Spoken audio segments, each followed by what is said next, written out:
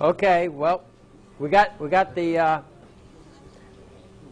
law notes, okay, and we covered the foundation, and basically we talked about a court of record. The really important thing about a court of record from our point of view is the fact that the tribunal is independent of the magistrate. Now, the magistrate is a ministerial office. In other words, he can administer things. He cannot manage things. Management involves judgment and discretion. He can only administer. He can carry out the rules of the court, but he cannot make the rules of the court. Okay? The tribunal is the one who exercises discretion. Now, what is a magistrate? Well, let's get a little more detail.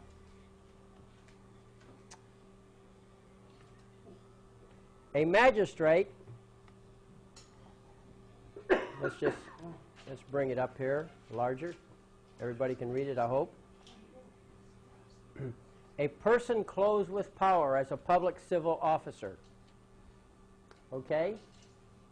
The tribunal is the one who does the judging. The tribunal has to be independent of that person clothed with power as a public civil officer. What does clothed with power mean? Remember the legal definition of power? It means the authority to make law, right? The source of the power. Well, reading this, you would think that he could make law. Well, he can't really. He's not a legislature. So there's restrictions on what he can do. But he is not the tribunal. See, to be a court of record, you've got to have the one doing the judging independent of the one who's conducting the proceedings, the magistrate. Now, it's a public officer belonging to the civil organization of the judicial, legislative, or executive. Oh, I'm sorry, I skipped a line. Public officer belonging to the civil organization of the state and invested with powers and functions which may be either judicial, legislative, or executive. But the term is commonly used in a narrower sense, designating in England a person entrusted with a commission of the peace. In other words, a cop, I guess. And in America, one of the class of inferior judicial officers, such as justices of the peace and police justices. Okay? The word magistrate does not necessarily imply an officer exercising any judicial functions, and might very well be held to embrace notaries and commissioners of deeds. See? It's a magistrate. So I'm a notary, so I'm a magistrate. Okay? So that's the general meaning of the word magistrate. But we can get more specific than that. For example, right here, California Penal Code, Section 807. Magistrate is defined. Is an officer having power to issue a warrant for the arrest of a person charged with a public offense. Who are the persons designated as magistrates? Well, the judges of the Supreme Court, the judges of the Courts of Appeal, the Superior Courts, the Municipal Courts, and the Justice Courts. They're all magistrates. Now, if they are all magistrates, and if the Constitution of California specifically designates that all courts are courts of record, and if a court of record is one in which the tribunal is independent of the magistrate, then what power does a judge have to make any decision? None. Right. Okay? So, if he doesn't have any power, who is the tribunal? Well, it has to be the sovereign. Well, the problem they have is that you can't, in a practical term, the state cannot prosecute anybody in a court of record. They've got to go borrow some sovereign somewhere, or, in the alternative, assemble a jury of sovereigns. Right? I question whether or not we have real sovereigns on the juries because they all receive a stipend. Stipend. So much per day. they get money each day for their I think they call it reimbursement of expenses, but there's no itemization of the expenses. It's just a general amount that's paid to everybody. Okay? So I have a lot of doubt as to the validity of that. And you see, there's some very intelligent people apparently who thought this all out. And you'll notice that they have arraignment in the criminal courts. Why do they have arraignment? Because they want you to agree to step out of a court of record and allow them to sit in judgment of your case. They want the magistrate to also be the tribunal, but they can't do it without your agreement. And this whole code system that they have set up is just that, a code system. It's not law. It's a contract. And you contract to it when you go through arraignment. Do you accept? They say you are charged with violating code section so-and-so. Are you guilty, not guilty, or nolo contender? Well, all three of those choices, nothing is there that says I object to the code. You agree to the code, but you're guilty. You agree to the code, but you're not guilty. Or you agree to the code, no contest. Okay? So, I guess I'm giving this here some sort of a paper. Ferretta waiver form. Yeah, right. Ferretta waiver form is the... By the way, the Ferretta waiver form, where they're saying, do you understand certain things or not, and so forth. And it's actually, let me have this back. I want to read the last sentence here, because now you'll all see the significance of this. It says right here, number 7, on what their how do you spell Ferretta? It's F-A-R-E-T-T-A. Anyway, it says your right to represent yourself may be ended, an attorney appointed for you, and you may be excluded from the courtroom if you misbehave during this case or seriously disrupt the trial. That's true, and so forth. Anyway, if you elect to represent yourself, you will not be successful in any appeal based upon the quality of your representation, and so on. Well, all right, but notice they talk about representing yourself. What's really going on is that they're giving you schizophrenia. Yeah. They're splitting you. Right. It's kind of like, you've heard of the straw man concept. Yeah. Okay, well, I don't understand that, but this is similar to it. And that is that in this capacity, you're an attorney. The court is granting you the privilege to be an attorney, even though you're not, quote, licensed. All right? And on the other hand, you're you being represented by your other you, the attorney. Now, the minute you accept an attorney to represent the real you, you have admitted the jurisdiction of the court. Okay? Now, here's what the very last page says. The very last statement they say, or question. Do you now wish the court to permit you to represent yourself as your own attorney? Permit you.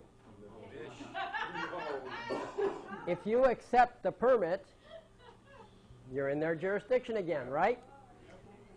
To represent yourself as your own attorney. No, when I go to court, I am myself. I am in my own capacity. There, now pass it back, thanks. Okay?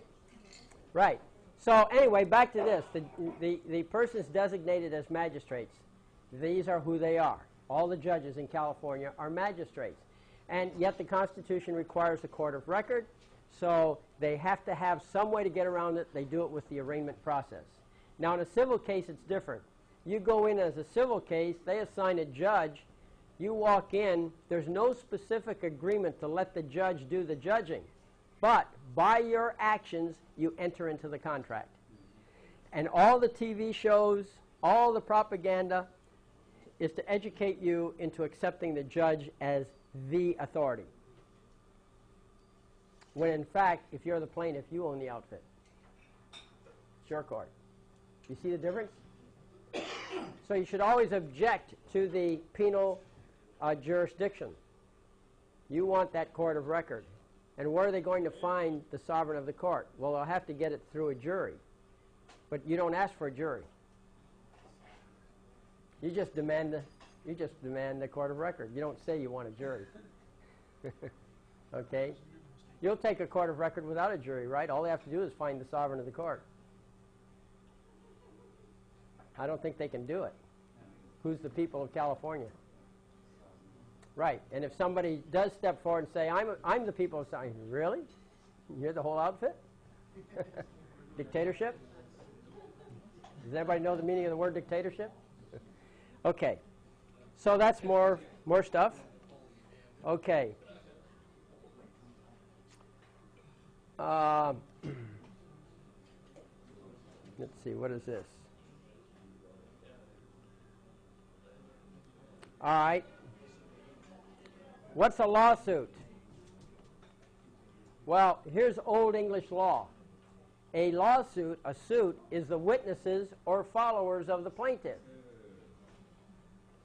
That's what a suit is. You see, if you go back into biblical law, which I think is what? Leviticus is where it normally is. Okay? The old biblical law, the victim and the witnesses were responsible for the prosecution of the bad guy. Okay? So, here it is in Old English law, too. The witnesses are followers of the plaintiff. That's third volume of Blackstone's Commentaries, page 295. So, but when you have a court is the person and suit of the sovereign, what it is that the king is sitting on his throne. You're the king, you're on your throne, and you have the court. The court is all these courtiers that are in your court. Or, in other words, your witnesses. That's what the suit is. So, in modern law, they say a generic term of comprehensive signification and applies to any proceeding by one person or persons against another or others in a court of justice in which the plaintiff pursues in such court the remedy which the law affords him for the redress of an inquiry or the enforcement of a right, whether at law or in equity. Pretty well covers it, I guess. So that's what a suit is. So when you put this all together, I'm the sovereign plaintiff. I have my suit. That creates the court. I call it a court of record. It's a very specific kind of court, a court of record, as opposed to any other kind of court it could be. And in a court of record, I've hired a magistrate, state magistrate, right, judge, but I make the decisions because I'm the tribunal. I'm the king. I sit on the throne. All make sense? Okay, what's a tribunal? The seat of a judge, the place where he administers justice, the whole body of judges who compose a jurisdiction, a judicial court, a jurisdiction which the judges exercise. Well, yes, a judge, a real judge, does judging. But if you're a magistrate, you can't judge, because if you do, that makes you the tribunal. Okay? All judges in the California courts are magistrates. If you let them be tribunals, well, you can, but you can stop them too. Okay. What's a court? The residence of a sovereign or similar dignitary, a sovereign and his officials and advisors as a governing power, an assembly of the retinue of a sovereign, an open space enclosed by a building or buildings, a space walled or marked off for playing a game, such as tennis or basketball. The place where justice is administered, also a judicial body or a meeting of a judicial body. Okay? Now, I want to bring out something else, as long as we're approaching it here. Minute orders. Ever heard of a minute order? Oh, boy. Let me tell you something. You're going to love this. A minute order issued by a judge is not part of the record. A minute order issued by a judge is not an order. Did you know that? What it is this. This is all part of the scam again. In a court of record, you know that in a court of record, the judge or the magistrate cannot make any decisions. Only the tribunal can make decisions. Okay, so this is mandated by the California Constitution, the 1879 version, the second one. Since they all agree that's it, I'll use it, all right? Even though it's not the real Constitution. So, if it mandates a court of record, then how are they going to run this thing? Well, what they do is they issue minute orders. As long as they can bamboozle you into thinking that that is an order, then they got away with it. Okay? Why is it called a minute order? Well, it's actually, that's what everybody says, a minute order. But let's say it correctly. It's a minute order. Minute, the word minute means small. Very small. Very small, right. In this case, it means small rather than very small. Okay? The reason, what it is this. Back in the old days, when they made up court papers, you'd file your court papers. By the way, the word file means wire. Because when you filed your papers, you gave them to the clerk put them in a pouch, and the pouch was hung on a wire. It was hung on the file. Eventually, the word came to be used to mean you're given the papers. They are filed, right? They're put on the wire. So that's what file means. Well, in that same era, when they were filing papers on wires, whenever a court order was issued, it was written in a large hand so that everybody could read it. Remember, not everybody could read in those days. Literacy was pretty low. So they did it in a large hand. Those were all court orders were written in large hand. The clerk's notes were written in a minute hand, a small hand. Okay? So anything that's minute in court terms are clerk's notes. And remember, the judge can act as a clerk. So he issues a minute order. Now he has not violated the definition of a court of record. Okay?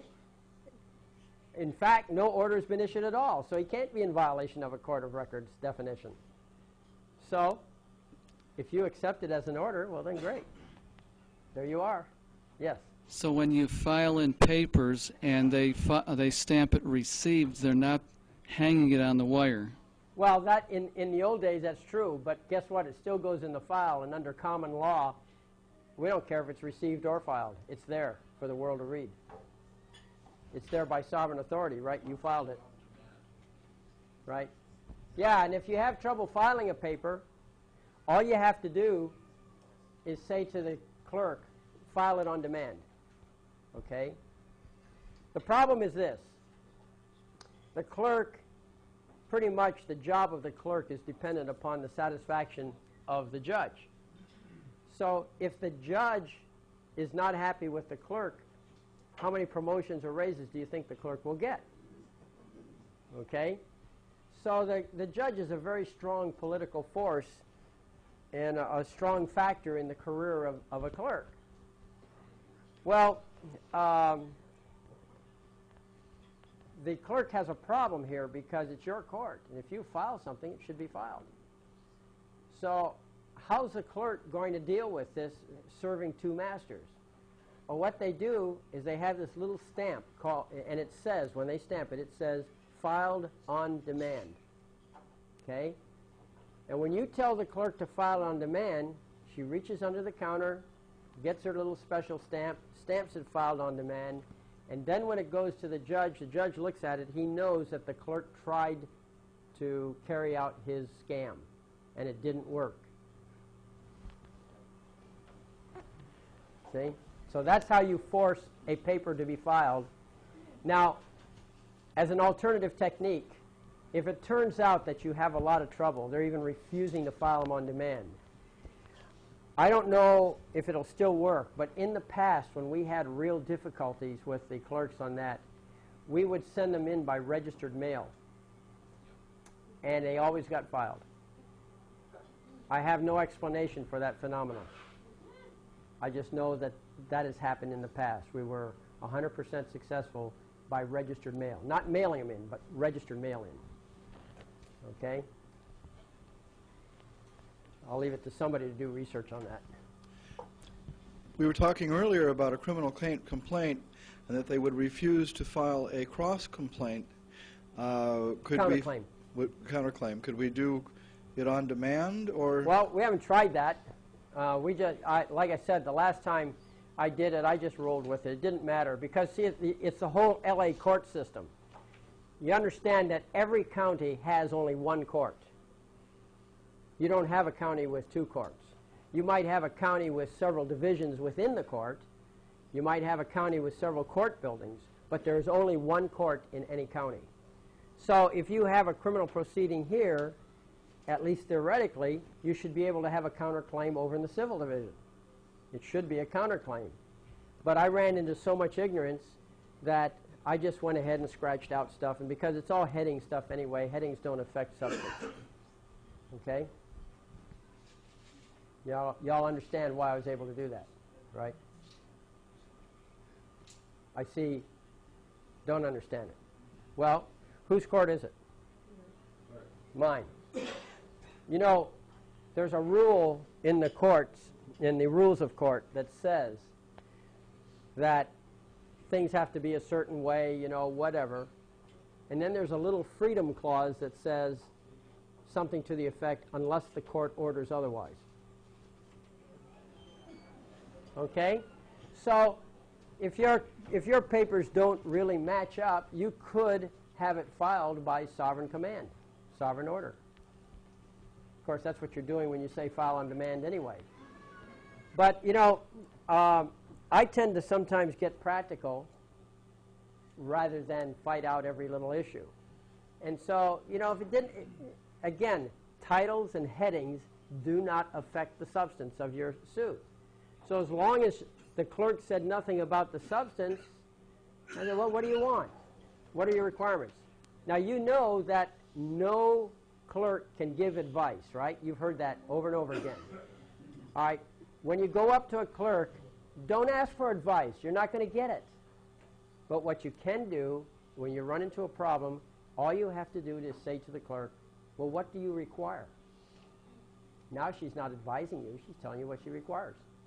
Yes, sir. A suggestion on this, instead of scratching things out and doing it that way, make everything the way you want it and make a cover sheet with titling the way they want it and put on the right side cover sheet. That's a good idea. Never thought of that. Excellent idea. Sure. Make up the cover sheet the way they want, and right behind it you have the way you want it. Yeah. That shows your real intent. Yes. I did that in federal district court, Uh-huh. and they read through it. They were reading through it before they took it back to the judge's court. Sure. And what happened? They kicked it back. Okay.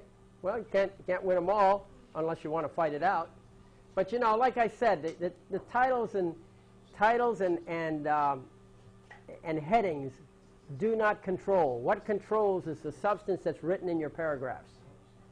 So in the paragraph, I identified the parties as counter defendants, or you know, we're the counter plaintiffs and they're counter defendants, and we cited the case.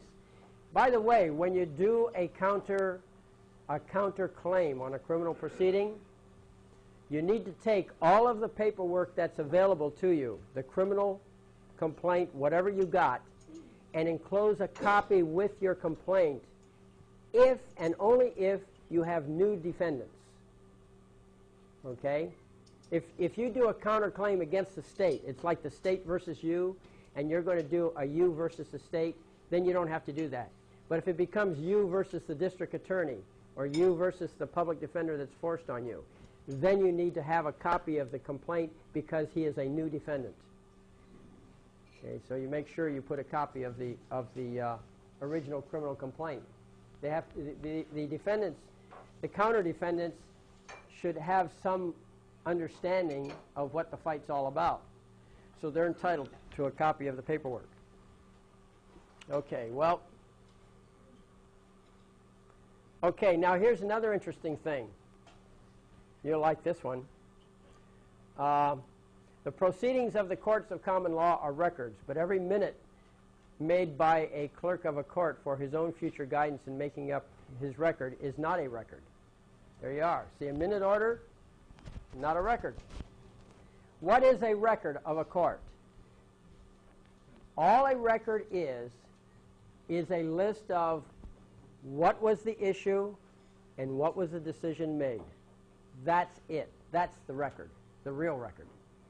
Now, I know we get kind of sloppy with our language, even in legal language. And so we tend to say everything's a record. You know, we get a copy of the docket sheet and that's the record. Well, technically speaking, the record is only those points where what was the issue to be decided? Like a motion to dismiss was made. Was it granted or denied? That is the record, regardless of the other print around it. Yes. That's the docket then. Well, it's part of the docket. Okay, because usually... It's buried in the docket. Because in the docket, we find a list of what you just described. Yes. Plus, we'll find a description of the minute order issued by the judge in that docket. Yeah, but that's not an order, is it? I know, but they label a Yeah, minute so order. the But if clerk it's listed in the docket, then would it be official? Well, the clerk, no. The record is the actual, look, it said, well, read it right here. The proceedings of the courts of common law are records, but every minute made by a clerk of court for his own future guidance in making up his record is not a record. So I made some extra notes. It's mixed in with the real record. You know, they don't distinguish it. They don't put one in black ink and the other in red ink. You know, it's all mixed together. But you should understand that the real record is the issue that was, the motion that was presented, for example, the issue that came up, and what decision was made. Everything else is notes. Well, actually, isn't the record what the court reporter writes? No, I just told you. It's the decision that was made on the issue that was raised. The court reporter is just, that's a side thing.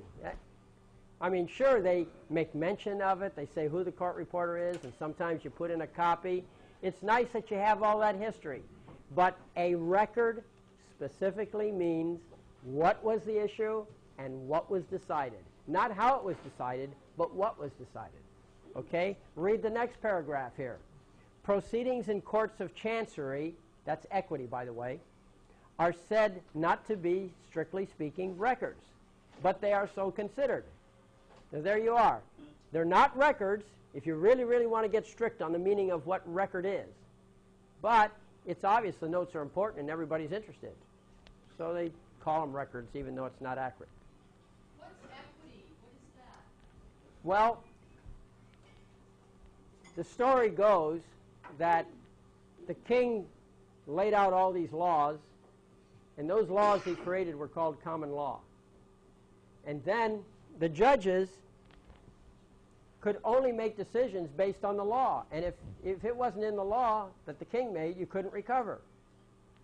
So that wasn't too satisfactory. So what they did, the only thing you could do is if you didn't like the results of the law, you had to go directly to the king. Well, the king got busy, so he created a new class of judge, only he didn't call them judges. What he called them was chancellors. So the chancellors were in the equity courts.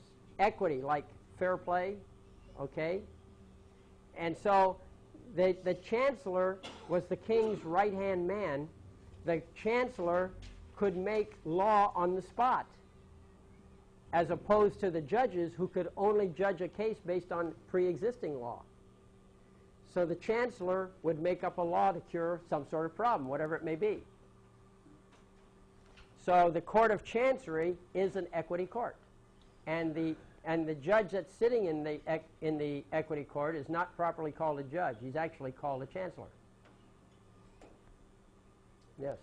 So in other words, after 1938, when Start over. You were away from the mic. After when you started 1938, when they blended law and equity together to have this new type They of... didn't blend it together. What happened was that they took these words and they put them in the same book. They Okay. mixed them, but they weren't blended. So Okay. that because of the fact that the Constitution of the United States says the judicial power is available in all cases in law and equity, and because the Seventh Amendment says that no decision by a jury sitting in a case at law can be reviewed in any court, because the Constitution makes the distinction, they cannot pass any legislation to erase that border. So what they did, because after all, frankly, common law makes it tough for judges to screw you. So what they did is they went as far as they constitutionally could go, and that is they listed them all in a book, and they don't tell you which one's common law and which one's equity. And if you look at specifically the rules of court, and I think it's rules 7A and B and C, and I'm not fresh on this, but I think rules B and C contradict each other because one of them's common law and the other's equity. But if you read it closely, they seem to contradict each other. So how would you define the Nisi Prius court? Well, that's a whole separate issue. That has nothing to do with your first question, right? Okay. You're raising a new question. Well, after 1938, they blended. No, 1938 has nothing to do with that.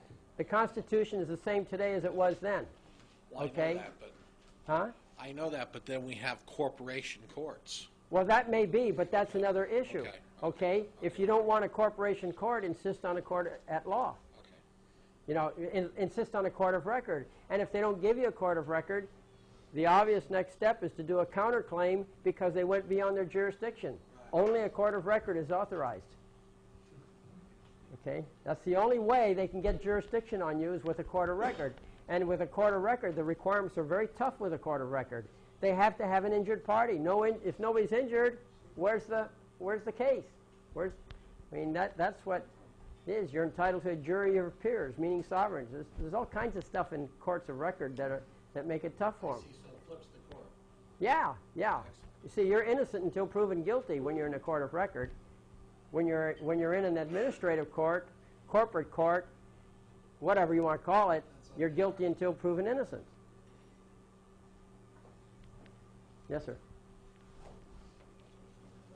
You need the exercise. There you go. Do you ever ask if the court is in chambers or in session? It's always in session. Doesn't matter if you're in chambers. The court is always in session.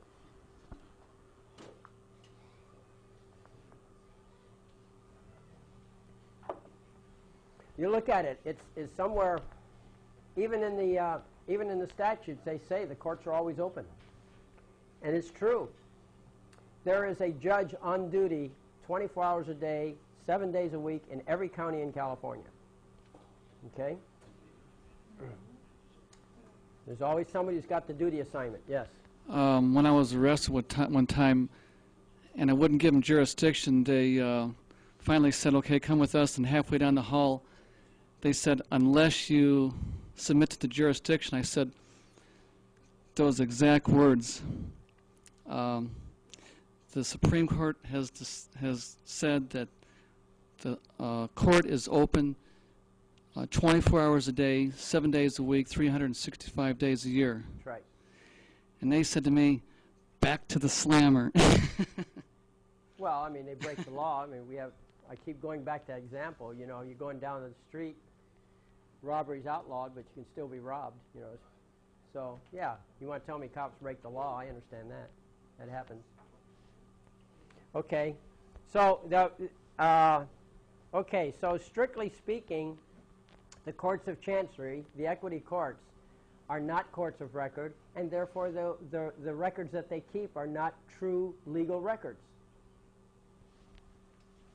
So a minute order is their way of getting around that requirement, but it's not a perfect way. The weakness in it is that they've got to somehow take advantage of your ignorance, because if you find out, that blows the game. Now, if you find out, you let them know that you found out, they may not believe you. In fact, they'll choose not to believe you, even if they do believe you. So, you know, it's not, on a practical level, it's difficult.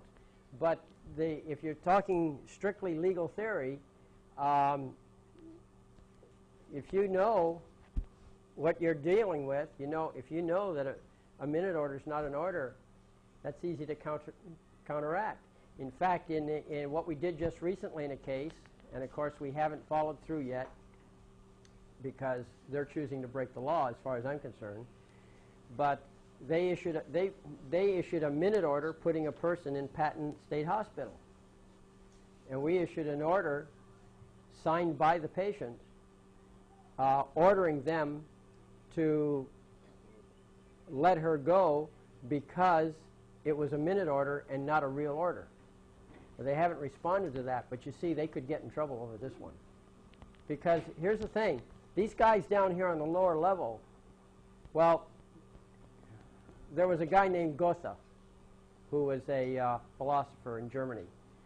And he said that there's nothing so fearful as ignorance in action. So we're dealing with a lot of ignorance.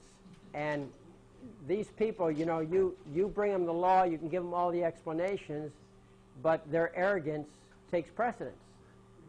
Their arrogance, you know, you give a gun to a baby, he could hurt somebody. And here, these people are this way. So, but you're building this record. At some point, somebody's going to lose his job. Something's going to crack on this, because there are people higher up who do understand these things and will not trash the system just to win this one case.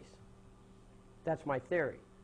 Now, I have to tell you, if everybody up and down the line is against you, you're not going to win. Okay? But hopefully there's somebody honest in there, and my experience has been that we do run into honest people. Okay, so, all right, here's an author, Tollier. He says that minutes are called because the writing in which they were originally was small, that the word is derived from the Latin minuta scriptura, in opposition to copies which were delivered to the parties and which were always written in a larger hand. So minutes, okay, so the copies which were delivered to the parties were in large hand. The copies that were not delivered to the parties, the court clerk's minutes, well, that was a small hand. And what's a minute book? It's a book kept by the clerk or prothonotary of a court in which minutes of its proceedings are entered. So a minute order, I presume, is going into the minute book. Okay? All right, let's see.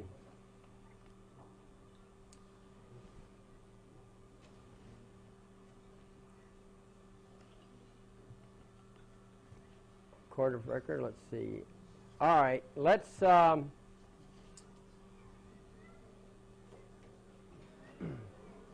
go to an actual example where all this stuff was applied. Okay?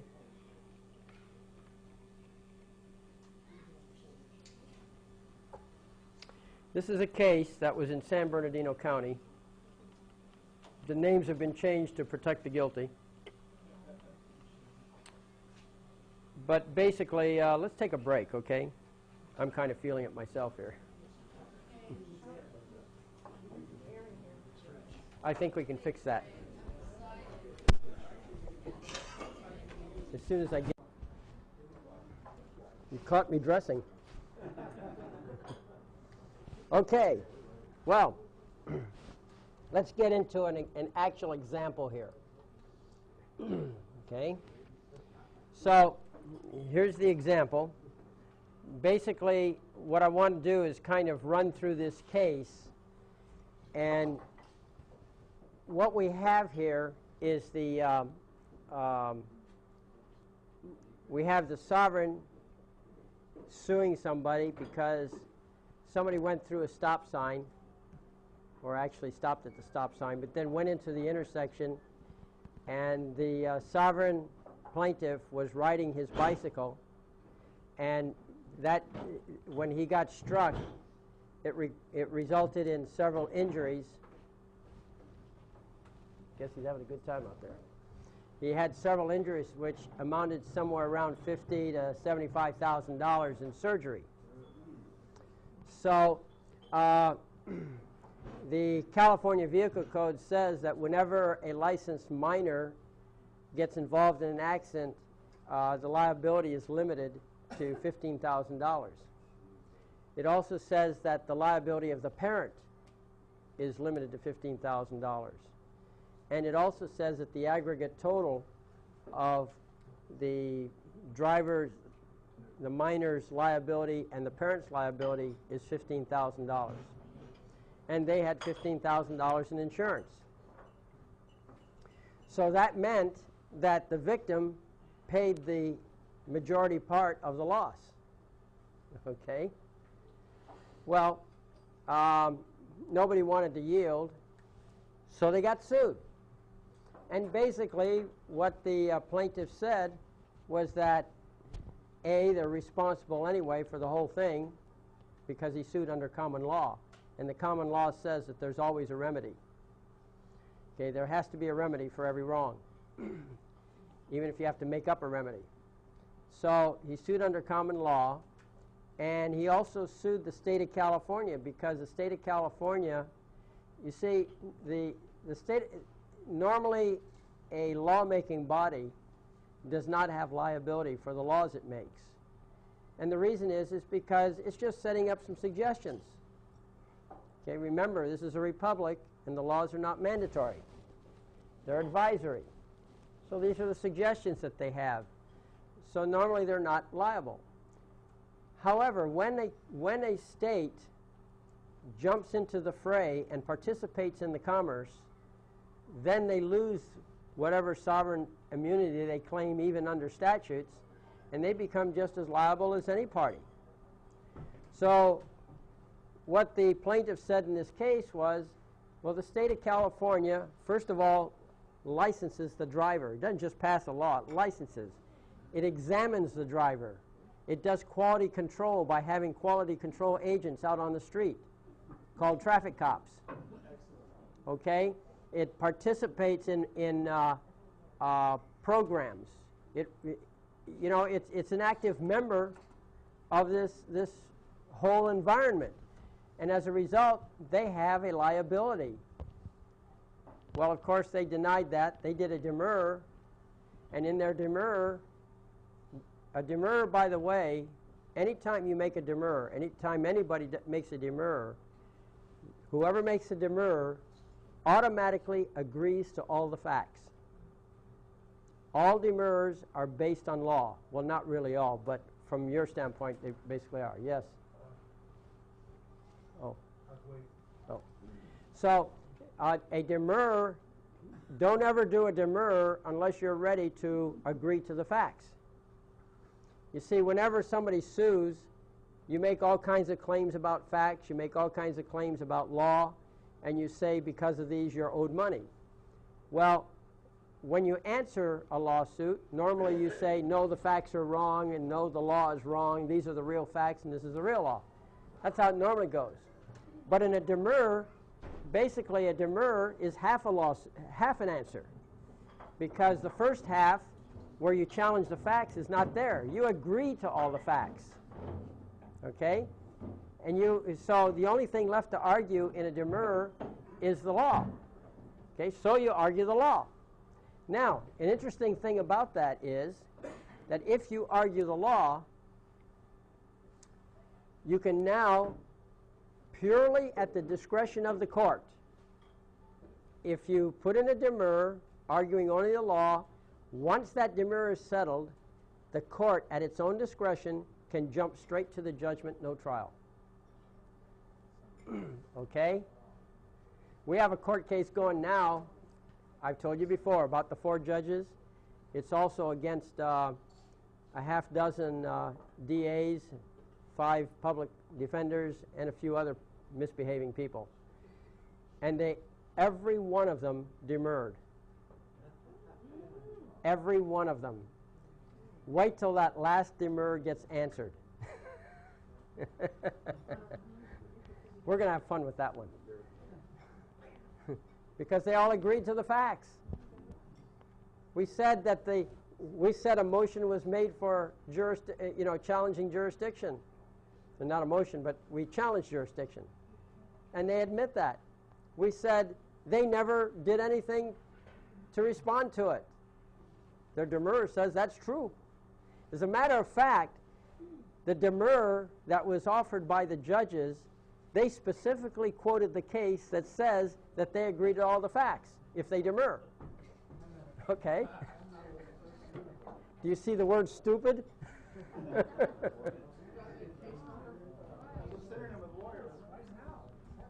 Not at hand, but yeah. It's Aurora's case. Anyway, it's a case that's in process right now. Anyway, this is a case that, by the way, it's still going. We're getting ready to write the final judgment. In fact, I would have written it a month ago, excepting for the fact I got really entangled in another case. So, but anyway, here's what happened.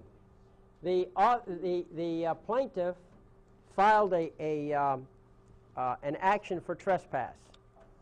Now, let me explain the difference between an action and a complaint. They're really about the same. But an action basically is the court proceeding. A complaint is a court proceeding with a magistrate. That's basically the difference. Okay? All right, so there was an action for trespass. It was a badly composed action. So later on, we filed a first amended action to fix the problems that we found in the action. So it's just there for the record. It really should not be used as an example. But then the opposition did a demurrer, okay? And in his demurrer, he says the usual things that they all say in demurrers, which is that there was a failure to state a claim upon which, here it is, the complaint fails to state facts sufficient to constitute a cause of action against defendant, okay? And also the complaint is uncertain, ambiguous, and unintelligible. Now this is just boilerplate stuff. And what that does, that sets it up so that the judge, if he is in fact acting as a tribunal, will use his discretion to say that he doesn't understand it either. It doesn't matter how clearly you wrote it, he won't understand it, okay? In fact, this was noticed by an English judge. Again, I can't quote him exactly, but what he said was that everybody is presumed to know the law except His Majesty's judges who have the Court of Appeals to set him straight. But anyhow, this is boilerplate, okay? So this is, to all parties, please take notice, okay? And that's his notice, so that's not the demurrer. Then he makes his points and authorities, okay, where he says there's a point, and then he cites his authorities. And again, in the prior seminar we had, we went into what points and authorities were, so I'm not going to go into it here. But basically the points and authorities, and he makes all his points, and he has his conclusion. Now what's interesting about this, and I didn't notice this before, otherwise I would have made some hay with it, but he never gave us a demurrer. He gave us the notice, please take notice. He did say that, here it is, let's see. The court will hear the demurrer, right? And then he makes some points here, but he didn't label it as the demurrer. This is he put it under the heading of notice. Now it's true, headings don't control, but on the other hand, you are supposed to have a notice, you are supposed to have a specific demurrer, and you're supposed to have a specific points and authorities. Well, he left out the actual demurrer, although the actual demurrer would probably look exactly like paragraphs 1 and 2. But there's an interesting point about this, paragraphs 1 and 2. You notice that this is a general demurrer. He just makes a blanket statement, right? I don't understand it, right? Well, if you look in Bouvier's Law Dictionary under demurrers, you'll find a case there that says that whenever they make an objection that's general in nature like that, where they don't get into specifics about just exactly what it is, what part they don't understand, then the court must deny the demurrer. No option. It must deny it. So they're leaning on the idea that, hey, we're a member of the club, we're the attorneys, the judge is on our side, it'll get denied. And it normally is, because judges don't like amateurs in their courtrooms. Okay, they like trained attorneys. So that's what. Well, anyway, what happened was in this demurrer,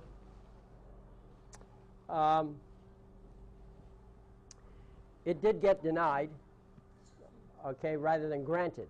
For some reason, the judge did deny it. Well, we knew we had a defective lawsuit, and what we were aching for was an excuse to revise the lawsuit, okay? And this judge gave it to us when he denied the demurrer to the opposition.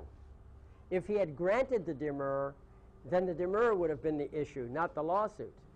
But since he denied it, we basically came back with our own thing. But let's go to the actual transcript.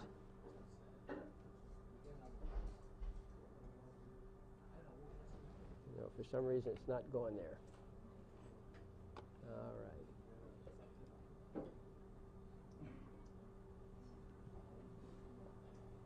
I think my computer went to sleep on me in some aspect.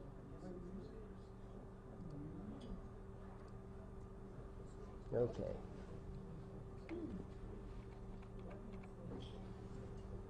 Okay.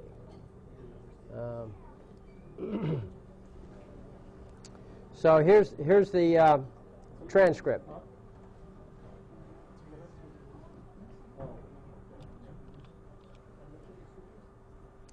So this is what went on in court.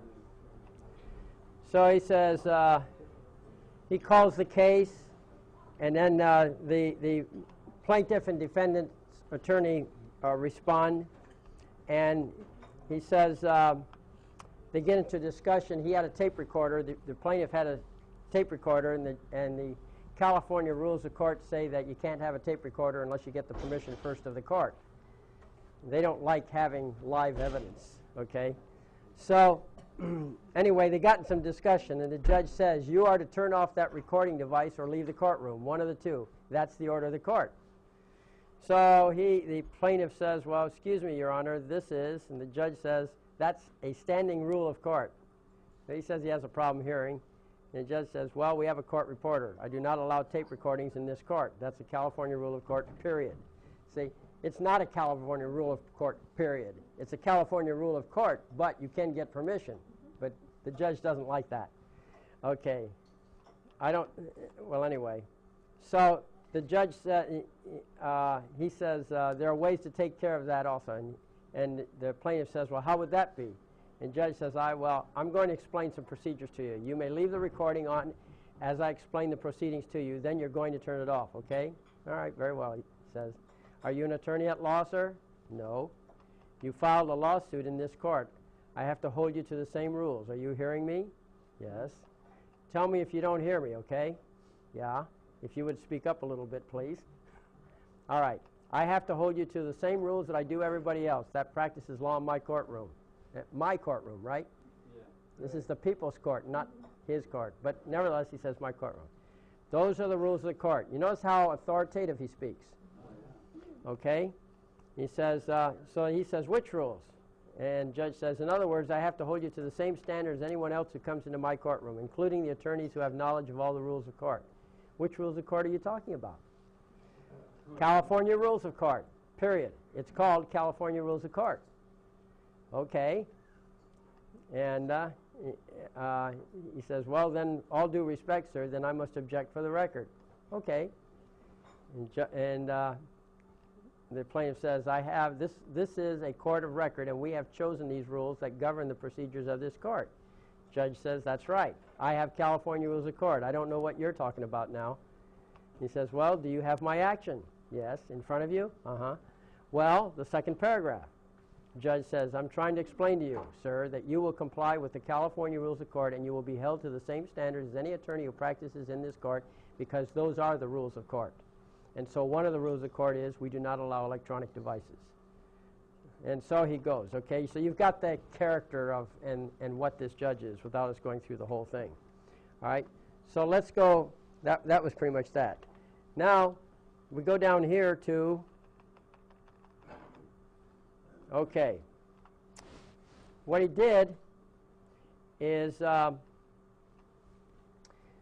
plaintiff basically, when a judge misbehaves in there, when he issues an order. Now, you understand that you cannot attack the discretion of the judge. Once you give him discretion and he uses it, you cannot be unhappy that he used it. After all, you said you can use your judgment. Okay? So discretion on the part of a judge, unless it really goes overboard, and I don't know how far it has to go over because I've read some pretty horrible things. But the judge, if he has discretion, he can exercise it. And you have no complaints when he exercises it, no matter how he does, even if he does it maliciously, believe it or not. But if he has no jurisdiction, it doesn't matter how little the discretion is, it doesn't matter how right his decision is, it's not allowed. Okay? So, the way you do, when the judge makes a decision, he is now outside the court. Even if he's sitting on the bench, he's outside. When he takes that decision and gives it to the clerk, and the clerk files it, that is an error in procedure. Why? Because the clerk is accepting a ruling from an unauthorized source. It's not from a source that used bad discretion. It's from a source that never had the authority in the first place. Okay? So the discretion that is not allowed, and if he files an order, which he's not allowed to do in a court of record, because a tribunal is supposed to be independent of the magistrate, right? That magistrate files that order, the clerk made a mistake, and that is the error. It's not an error in judgment, it's an error in procedure. Okay? Now, we have a way of correcting that error in procedure. It's different from how you correct an error in judgment. An error in procedure is real simple. All the sovereign has to do is issue what's called a writ of error coram nobis. Okay? Writ of error means we're correcting the error in procedure. Coram nobis means the court is correcting its own error. That's different from a coram vobis, which is a higher court correcting the procedural errors of a lower court. Okay? Okay, so we do a writ of error. So you see here, we have a writ of error. But before we get to the writ of error, we had to do a few things. So the first thing we did was a judicial notice. Now, a judicial notice means that the court takes notice of something. Okay? There are certain things that a court can automatically take notice of. For example, it can take notice of the English language. It can take notice of the laws. It can take notice of the court records. These are all things that do not have to be proven in evidence. Okay? They stand on their own without proof. They are there. So, thank you. So that's a judicial notice. Now, when a court takes judicial notice of something, these are things that the court will consider when it arrives at some decision. Okay? It just considers it. That's different from a judicial cognizance. A judicial cognizance is one notch higher. In a judicial cognizance, whatever it takes cognizance of, that is mandatory on the judge, and it has to be compatible with the decision. Whereas if the court takes judicial notice of something, it's advisory. It's kind of like, okay, we'll see if that matches up with this. We notice it, we accept it as valid, but it may or may not apply to this case. In judicial cognizance, it must apply to the case. The case must be consistent with the judicial cognizance. In this case, we picked a judicial notice.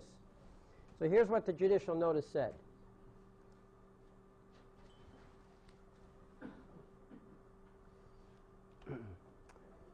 The court, on its own motion, takes judicial notice of the following. All items mentioned in the California Evidence Code, sections 451 and 452, among which is included the Federal Rules of Civil Procedure. So any rules of civil procedure in the federal rules, we can take judicial notice of. Okay? Now, this is the sovereign who's issuing this judicial notice. When you are the plaintiff or you are the defendant, either way, you can apply to the court to take judicial notice of whatever it is you want the court to notice. But in this case, the sovereign himself, in his sovereign capacity instead of plaintiff capacity, The sovereign, as part of the court, issued this judicial notice. Okay, and so he's saying we notice the Federal Rules of Civil Procedure. Now, the reason he did this was because in his original action, he did specify the Federal Rules of Civil Procedure would be the rules of the court, not the California Rules of Court. Okay, you can set up any set of rules you want. You can make up your own rules if you want. But what I generally do is I adopt the Federal Rules of Civil Procedure. Main reason is because they're simpler. Okay? And I know them better, and they're universal all throughout the United States. So, okay, the records of this court in general and the reporter's transcript of the proceedings on February 18th and so forth. So that's it is the public policy of the state that the public agencies exist to aid in the conduct of the people's business. The people of this state do not yield their sovereignty to the agencies which serve them. California Government Code, we take judicial notice of that. And we take judicial notice of the same thing in the 54-950. And we take judicial notice of the case that said that at the Revolution the sovereignty devolved on the people, and they are truly the sovereigns of the state and so forth. We took judicial notice of the meaning of sovereignty. We took the judicial notice of the rights which formerly belonged to the king by his prerogative. See how we went through? We went through all these things that we discussed before. Took judicial notice of all those cases. Okay? The state cannot diminish rights of the people. The assertion of federal rights, when plainly and reasonably made, is not to be defeated under the name of local practice. What was the local practice? Oh, we don't have tape recorders. Okay? No. What's the right of the sovereign? What are his rights? Whatever he says they are. Okay? So that automatically made, since it was his court, that automatically made tape recording just fine. Okay? So, but we're saying here, you can't defeat that right just because you have a local practice rule. Okay? There can be no sanction or penalty imposed upon one because of the exercise of constitutional rights. And is this a constitutional right to be a sovereign? Yes. Why? Because of the preamble. The preamble defines sovereign. Okay? All right. Republican government. So he's got a choice. He can exercise his powers of sovereignty directly or through representatives. We're choosing to be direct in our court action. Okay? This is the sovereign court. And the state of California is in several parts of the United States and so forth. So we go through a whole bunch of this stuff, define a court of record. A court of record is a judicial tribunal having attributes and exercising functions independently of the person of the magistrate designated generally to hold it. Why did we put that in? Because the magistrate issued a direct order denying the opposition his demurrer. He wasn't authorized to issue any orders. That's reserved to the tribunal. Who's the tribunal? The plaintiff, the sovereign plaintiff, right? Exactly. So, now, and we reach back here. What is the common law? I skipped over that earlier, but here it is. You see, the common law, bureaucrats love things in writing. Now, if you've studied your common law, you'll know that common law is not written. Okay? Now, when they say it's not written, that doesn't mean there's nothing written. What it really means is that there is no single authoritative source you can go to for the common law. Whereas with statutory law, you have a legislature to look at. The legislature created the common law. Whereas in statutory law, in common law, the common law is custom and usage since time immemorial. Okay? Well, where do you find that in writing? You know, who was it that originated the first common law? Well, there is no identifiable source. It's lost in history. Well, nevertheless, bureaucrats love things in writing. So how do you deal with these people? Well, what happened was that they came up with this Magna Carta. And after Magna Carta, when the king died, the new king came in, King Edward. And the nobility that had been responsible for forcing the king to sign the Magna Carta immediately went to King Edward and got him to sign the Confirmatio Cartarum, which is the confirming charter, which is the document which reaffirms the validity of the Magna Carta under the new king. Okay? And so in there, he gave a new order relating to Magna Carta. And basically what he said was right here. Right here, this whole thing. Our justices, sheriffs, mayors, and other ministers, which under us have the laws of our land to guide, shall allow the said charters pleaded before them in judgment in all their points, that is to wit, the great charter as the common law. Okay?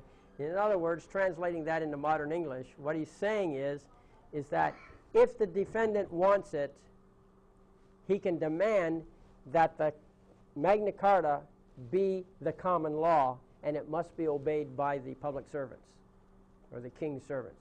Okay? Now, we get the common law from England as it was as of 1789. Okay? And the Magna Carta was still good back in 1789. There were changes made, but they shifted things around rather than actually changing things. And so the Magna Carta is still good law, good common law. And when you have a bureaucrat who doesn't understand something in common law, you can bring in the Magna Carta and say, this is common law, because this was what it was in 1789. Okay? So we bring this out here. We let the judge know we're bringing in Magna Carta. Okay? And there are some interesting things in Magna Carta. For example, 21 here, paragraph 21.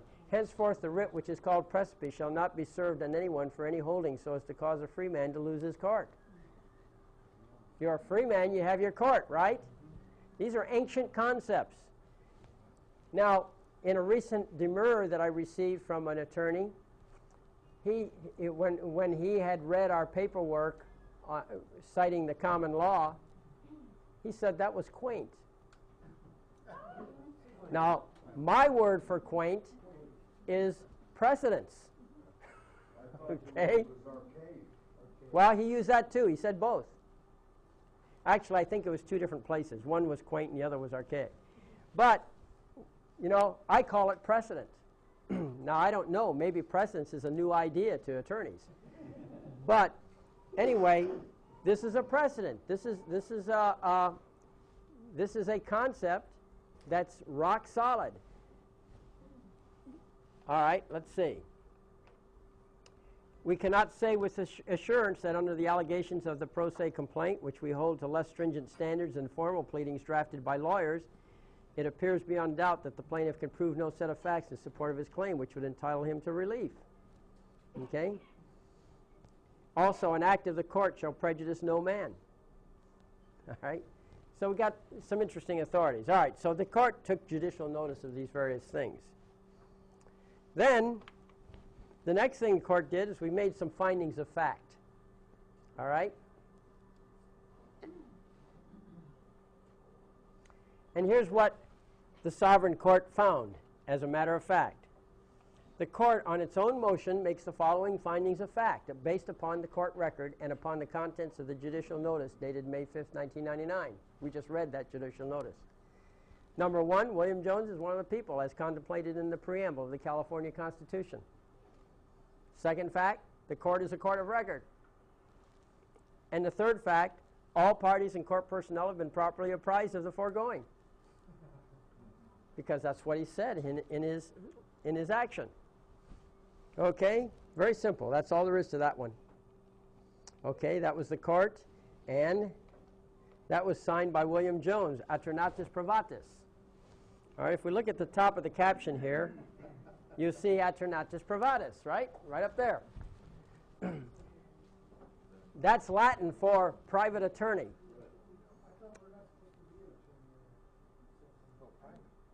No, it's not a blanket rule.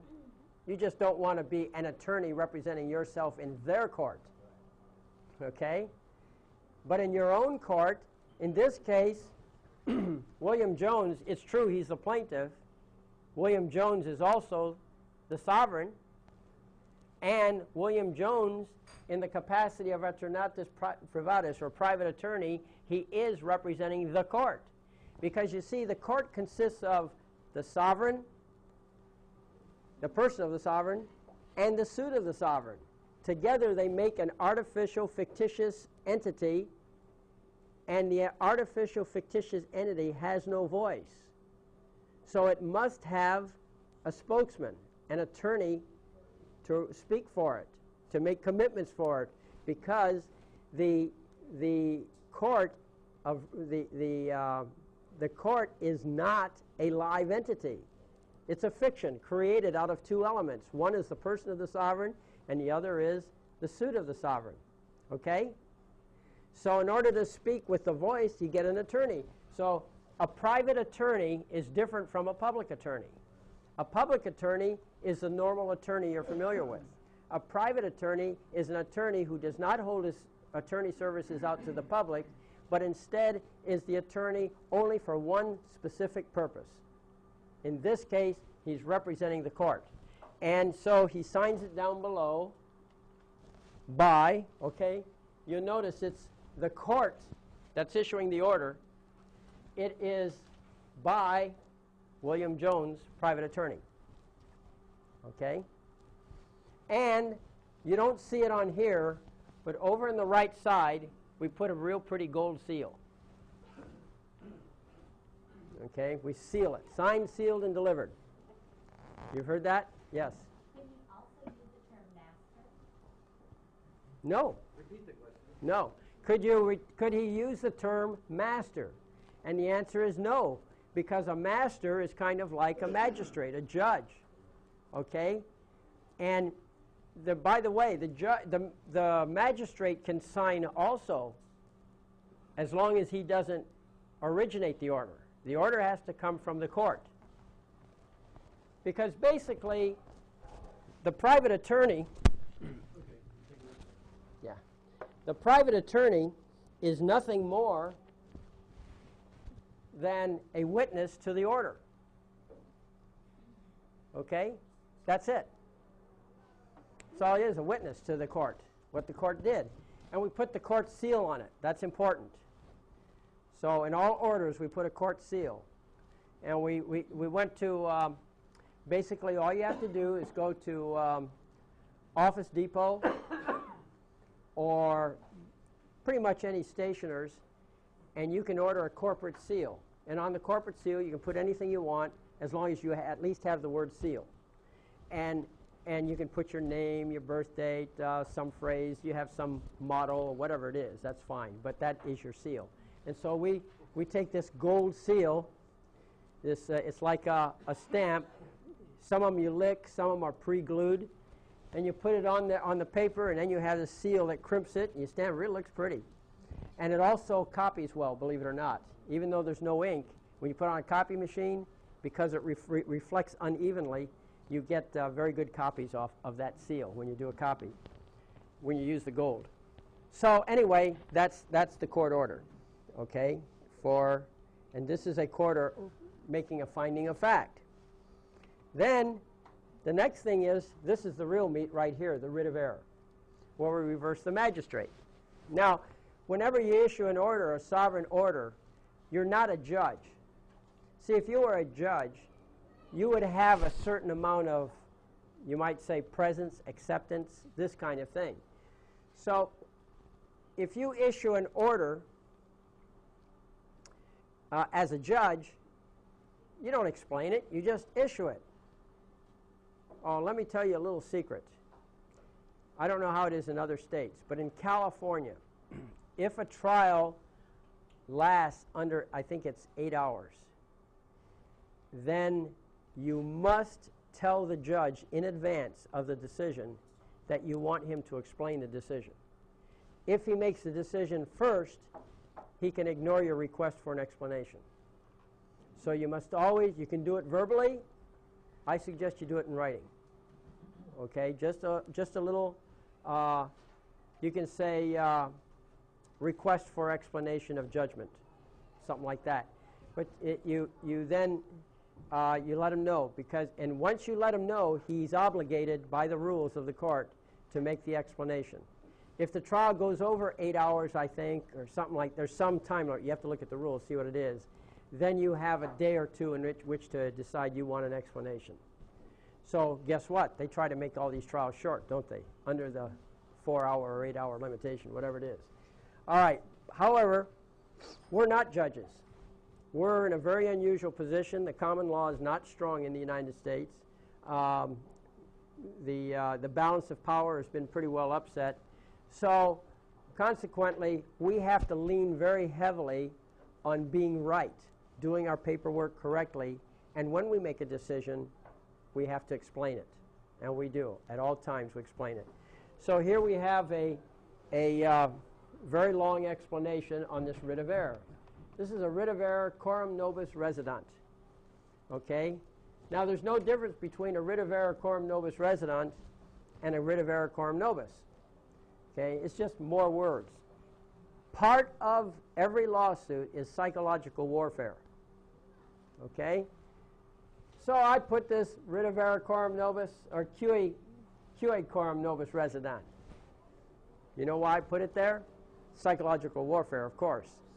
But the reason I put it there is because I knew they couldn't find it. They don't know where to look. Okay? I know where to look. I know it's valid. They don't know. I'm sure the judges don't know. Okay? So that makes them a little shaky. What's this guy got, right? That was the only reason for it. I could have just put writ of error without the coram nobis.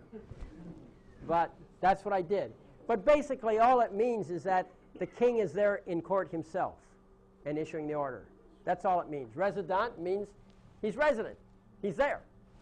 And writ of error, we know what that means. Coram nobis means by us, meaning our own court is correcting ourselves.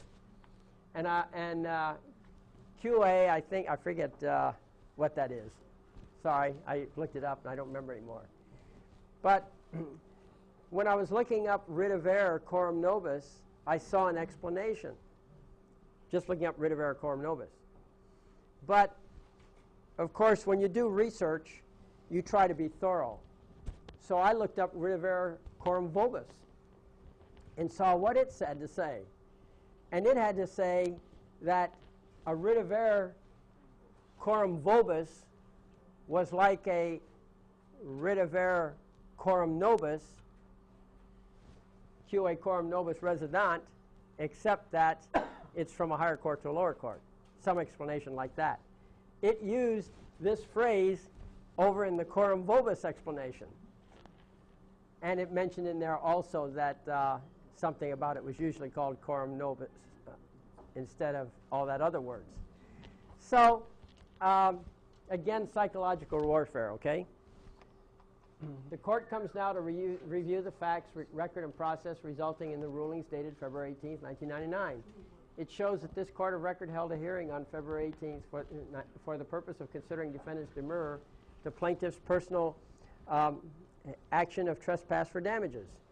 Plaintiff was present in personam, and defendant, though absent, was represented by counsel. Okay? The record shows, transcripts page 1 to 9, that the magistrate did not conduct the hearing in accordance with either the stated rules of court, Federal Rules of Civil Procedure specified in action of trespass, page 1, line 19, or the foundation rules of a court of record. You'll notice how as we go through the paper, every point that's made is cited somehow. That's what gives strength to what you're doing. You don't just make a claim. You allow the reader to go back and make his own conclusion. Okay? And, but this is what gives strength to your order. And so, let's see. Instead, the magistrate conducted his own court without notice or concurrence of the parties and without due process. In fact, at one point, the magistrate made it clear that he believed he was the owner of the courtroom. Transcript, page 2, line 20. That's where he said, my courtroom. Okay? Not satisfied with the lawful rules of court, he became a loose cannon and at some points imposed his own rules. See transcript, page 1, lines 13 to 15. 18, page 2. Okay? Page 3. Page 4. All right? So it goes. And other points, rules of another jurisdiction foreign to this court. See transcript, page 1, and so forth. So we just go, boom, we just point right at, this is where he misbehaved. In the exchange between plaintiff and magistrate, the magistrate made it perfectly clear that the fact that this is a court of record was of no consequence to him. In 2 words, so what? See transcript, page 9. Okay? Further, without proper authority, the magistrate stepped out of his function as a magistrate and by his actions and statements figuratively assumed the cloak of a tribunal. Page 5, lines, this is where he's making a decision, right? The genius of a court of record is not to be undermined. It is the birthright of every American to settle issues in a court of record if he so chooses. Throughout the transcript, the record shows that the rules of the court were not followed, that the magistrate attempted to function as a tribunal, and that the court was ineffective in furthering the goal of justice for all. You see, when you write these decisions, you've got to be neutral. You're not talking for the plaintiff. You're not talking for the defendant. You're talking right down the center, and whatever decision comes out should be based on being in the center, evaluating all facts. So you cannot be biased when you write your own judgments, and it's really best to get someone else to write the judgment for you because it's hard not to be biased in your own cause, okay, even though you ultimately will sign it. So these failures to follow the prescribed procedures are sufficiently disruptive to the goal of providing fair justice that the court finds it necessary to issue a writ of error cui coram nobis resident as follows. The court, having reviewed the facts, the record, and the process by which the ruling was issued, and finding that the magistrate rendered a ruling by applying rules from several jurisdictions foreign to this court without leave of court, in other words, without permission of the court, and finding that the orderly decorum of the court was replaced by defective impromptu process and usurpation of legislative and court powers without leave of court. Who can make the law? Who has the legislative power? The sovereign does, you betcha. Okay? And finding that there is partial, get this now, and finding that there is partial merit in the defendant's demurrer, namely that the action, though barely sufficient, should contain a complete statement of facts upon which to grant relief, and desiring that fair justice be served for all parties, defendant as well as plaintiff. Now, therefore, the court issues this writ of error coram nobis resident, to wit, the court rescinds all rulings entered February 18th, 1899, or 1999. Further, the court orders that in the interest of justice and fair play to all parties, plaintiff and defendants, and with the concurrence of plaintiff, see, he couldn't order the plaintiff, but the plaintiff agrees, okay, that the action for trespass is dismissed with prejudice if the plaintiff does not file a first amended action on or before June 8th. So what we did was we removed the magistrate's decision. We said no. We said the defendant, when he did his demurrer, had a valid point. It should have been granted. We are granting part of it, and we're ordering, the court is turning around and ordering the plaintiff to revise the action within a given specific amount of time. We gave him 30 days to revise it, which is a reasonable time in court time. That was the order. So now we set it up so that if he didn't get it filed in, then the plaintiff would be thrown out permanently, okay, with prejudice. Got that? So we were, in the order, we were as hard on the plaintiff as we were on the magistrate.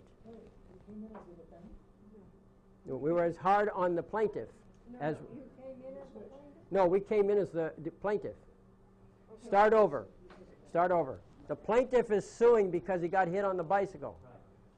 The defendant demurred and said, I don't understand your complaint. The judge said, no, we deny the demurrer. So the plaintiff still is good, right? But behind the scenes, we really had wished he had gotten rid of it, see, because we wanted to rewrite that complaint. So, but what we did, on the surface of it, we said, wait a minute, you're a magistrate, you can't make a decision, can't make any decision. That's the prerogative of the tribunal. So we vacated his decision, it's gone. And then we said, all right, now that we vacated it, the plaintiff must file a brand new action in response to the demurrer, and the plaintiff has only so many days to do it. So you set it up where you can win it? No, we set it up to order ourselves to revise the action. Okay? Well, all we're doing is we're going to fix some problems, some mistakes that were made before. Okay? Yes? At what point did the plaintiff determine that when he got a consultant to confer with and find out what was wrong with it. Why didn't he just file an amended pleading at that point? Because the demur had been filed. Okay? Yeah, if there had been nothing filed, he could have revised it any time. You can revise an action as many times as you want until you serve somebody with it. Once you serve somebody with it, you've triggered the process, and now you cannot amend it unless you get permission of the court. Okay? Okay, that's what I was asking you about mine. Do I have a statute of limitations? I have a statute of limitations? Do you have a statute of limitations? Yeah, on the one I filed with the federal district court, and I did not serve the defendants. To my knowledge, I retained a right to amend the complaint. to my knowledge, first of all, you don't retain a right to amend the complaint because once a person is served with it, We haven't served. Did not serve. well, if you never serve, well, you don't have to claim the right, you just amend it. Okay. You know? Not under, but if I'm amending it under common law now, I'm coming back in under common law. There is no statute of limitations under common law. That's right. Now I understand. Yeah, okay. Declare it in the points and authorities. Okay.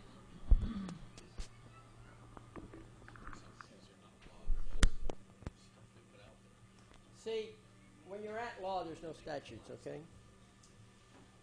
But look, you have to pay attention to the rules of fair play. Look, what is a court?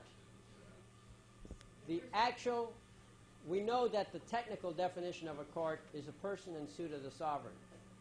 But let me give you the real definition of a court. It is a stage upon which you put a show to convince the rest of the world that the sovereign is right. Or maybe wrong. You know, let me give an example.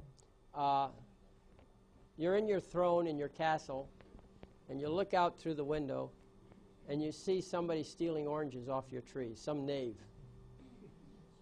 So you send the guard out. You say, go get him. So he goes out, he gets him. You say, put him in the dungeon. Okay? Isn't that what sovereign kings did in those days?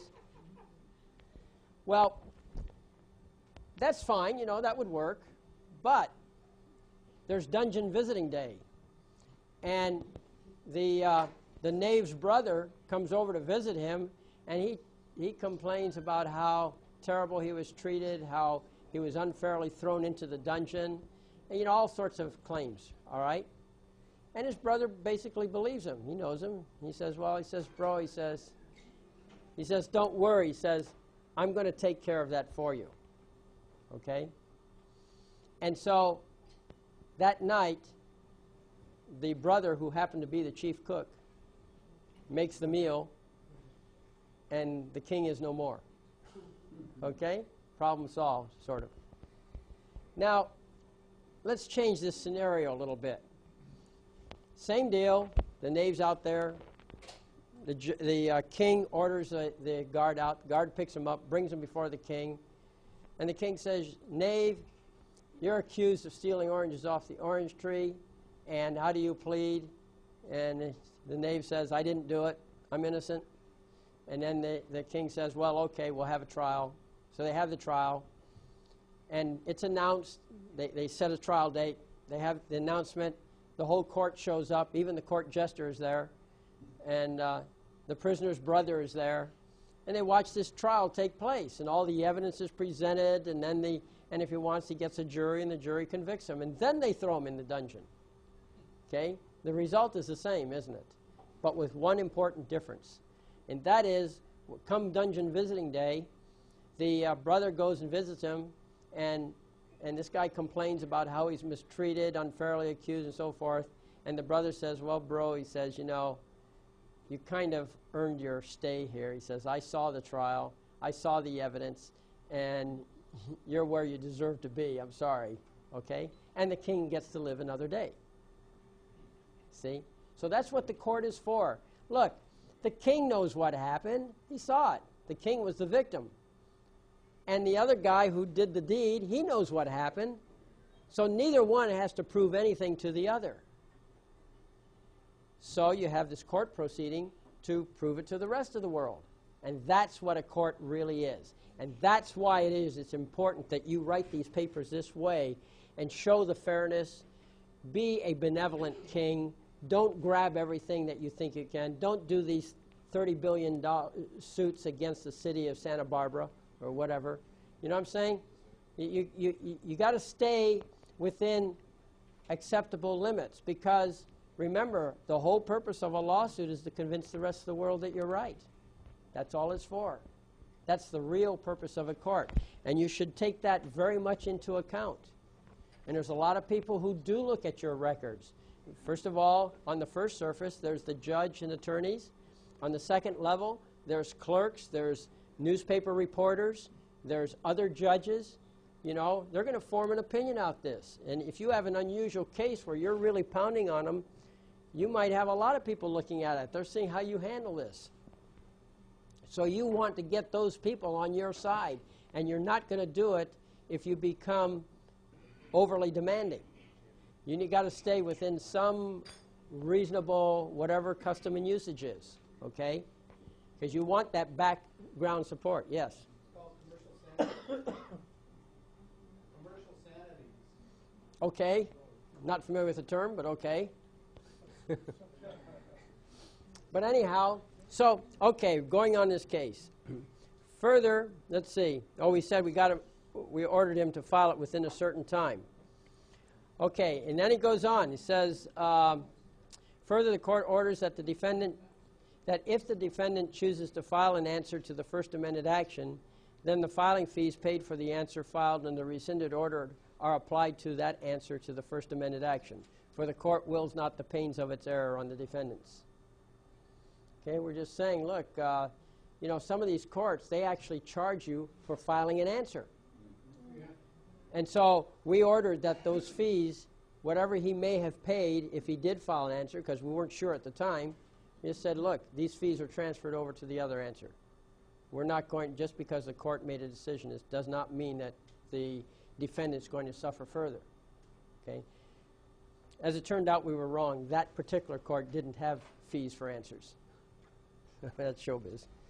Anyway, at that time. I don't know what they're doing now. Okay. Further, the magistrate, plaintiff, and defendants are invited to each file and serve on all other interested parties a brief no later than June 7th, 99, to show cause to this court why this order should not take effect or should be modified. The court, mindful of the rights of the parties and the importance of fair play, will liberally construe the arguments presented. So what we're saying, look, you'll note, you remember before, the court on its own motion did these things, right? Well, when you act on your own motion, that is essentially an unfair maneuver, because nobody had a chance to defend themselves from whatever you're doing as a court. So anytime you issue any order for anything on your own motion without all parties being apprised of it, anytime you do that, you should always issue an order to show cause, which is what this really is, telling them, let us know if we're wrong. Okay? Maybe there is another point of view. Yes? When you file, all right, when you file in form of pauperous, that how are you acknowledged as a king when you do that? I've never had a problem with it. Okay, all you're saying, to me, all you're saying is you don't have any money. Okay? You do know that some courts may have a seal and others don't have a seal. Why? Well, I'll tell you something. Metallurgists are pretty expensive. And you have them make you a kingly seal, a sovereign seal, that costs money. And there were poor kings at times that couldn't afford such things. So courts didn't always have seals. Especially when they had all their gold and silver raised by the fires. Yeah. Microphone. Yeah, more exercise. You mentioned in the beginning that you're still working on this. It's been over 4 years. Yeah, this case was an intentionally slow case because we were setting up an example. We knew this in advance. The plaintiff was in no hurry. He wanted to do a perfect case where we covered everything. We were really intended to do a perfect case. We just never expected to have an opportunity to find a judge in contempt of court. That was a bonus feature. I think I'm familiar with the case. Yeah, As it's you on know. it's on the internet. Yeah. So anyway, but anyway, always, anytime you issue an order like that on your own motion or on the court's own motion, always, always, always give the parties a chance to tell you you're wrong. Just basic courtesy, okay? Okay. All right. Further, the case management conference scheduled for May 7th will be reset to a date determined by the clerk no later than September 6th, unless for good cause. That phrase, good cause, is a technical, that's called a term of art. That's a technical phrase. Good cause means you better have a good legal reason.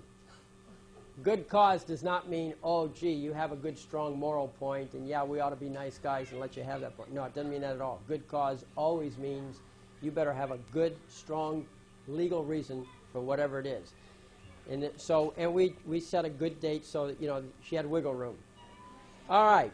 Now, you've seen the initial transcript of what the judge, you got a measure of the judge's attitude, right? And you got here's an order directly attacking the judge's order. This is a writ of error. Okay? So we got all that. Now, we very strong. We told him he usurped the judicial and legislative powers of the court, didn't he? That's what we told him. Yes, you have a question? Bill, a question. Does this kind of a procedure work if you're involved as a defendant and you want to turn it around, if you're in divorce court, No, child settlement cases? No, it only works if you're the plaintiff.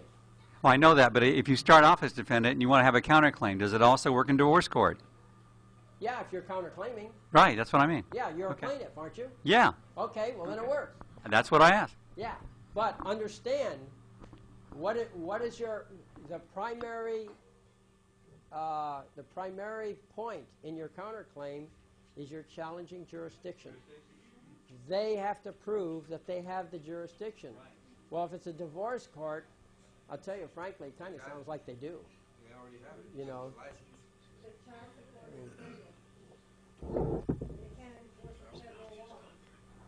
Okay, see, yeah, I don't think the microphone heard that. Oh. Or just repeat it if you think it's... She says that the child support is federal. The state cannot enforce child support. Well, I would say, can't the state enforce state child support laws? You say there aren't any? Bill, as far as I know, the only ones that they issue licenses to in the state of California are citizens, not sovereigns. Well, people can have licenses too. You just sign it.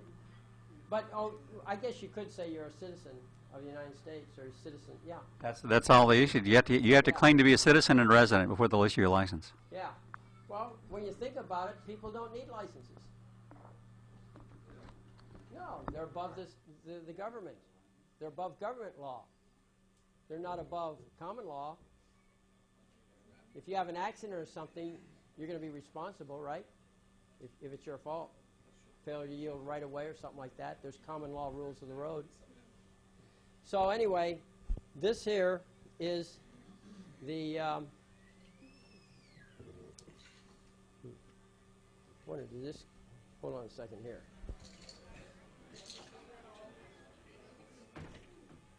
Nope, we're okay, yes.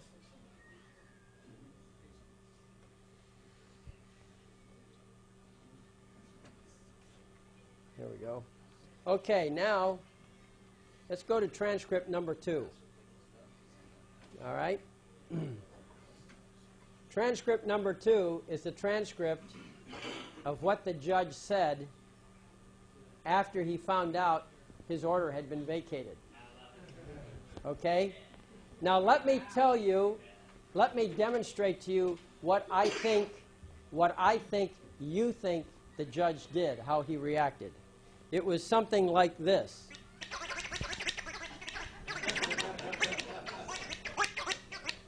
But instead, he calmed down. Okay? All right. So, here's the transcript. You're going to love it. You're going to love it. Bet you're wondering what this stick was for. Now you know. All right. All right, so he calls the case. We'll skip over that. Now, father of Mary Smith, the minor. Okay, all right. In this matter, it looks like to me that Mr. Jones filed, I think we resolved the difficulties from the last proceeding. An answer has been filed, and Mr. Jones filed some paperwork yesterday which was complaining about the proceedings that I conducted on February 18th. What I had to say, I don't feel there was any error. I respectfully disagree, but your paperwork is on file. You do see a difference, right? Okay. Okay, plaintiff says, very well, I'll take note of that for the record. Judge says, the big question is, what are we doing at this point?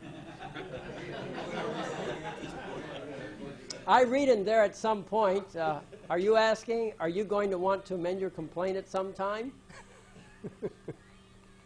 Mr. Jones says, no. The only business before the court at this point today is making sure the defendant got the paperwork that was served yesterday.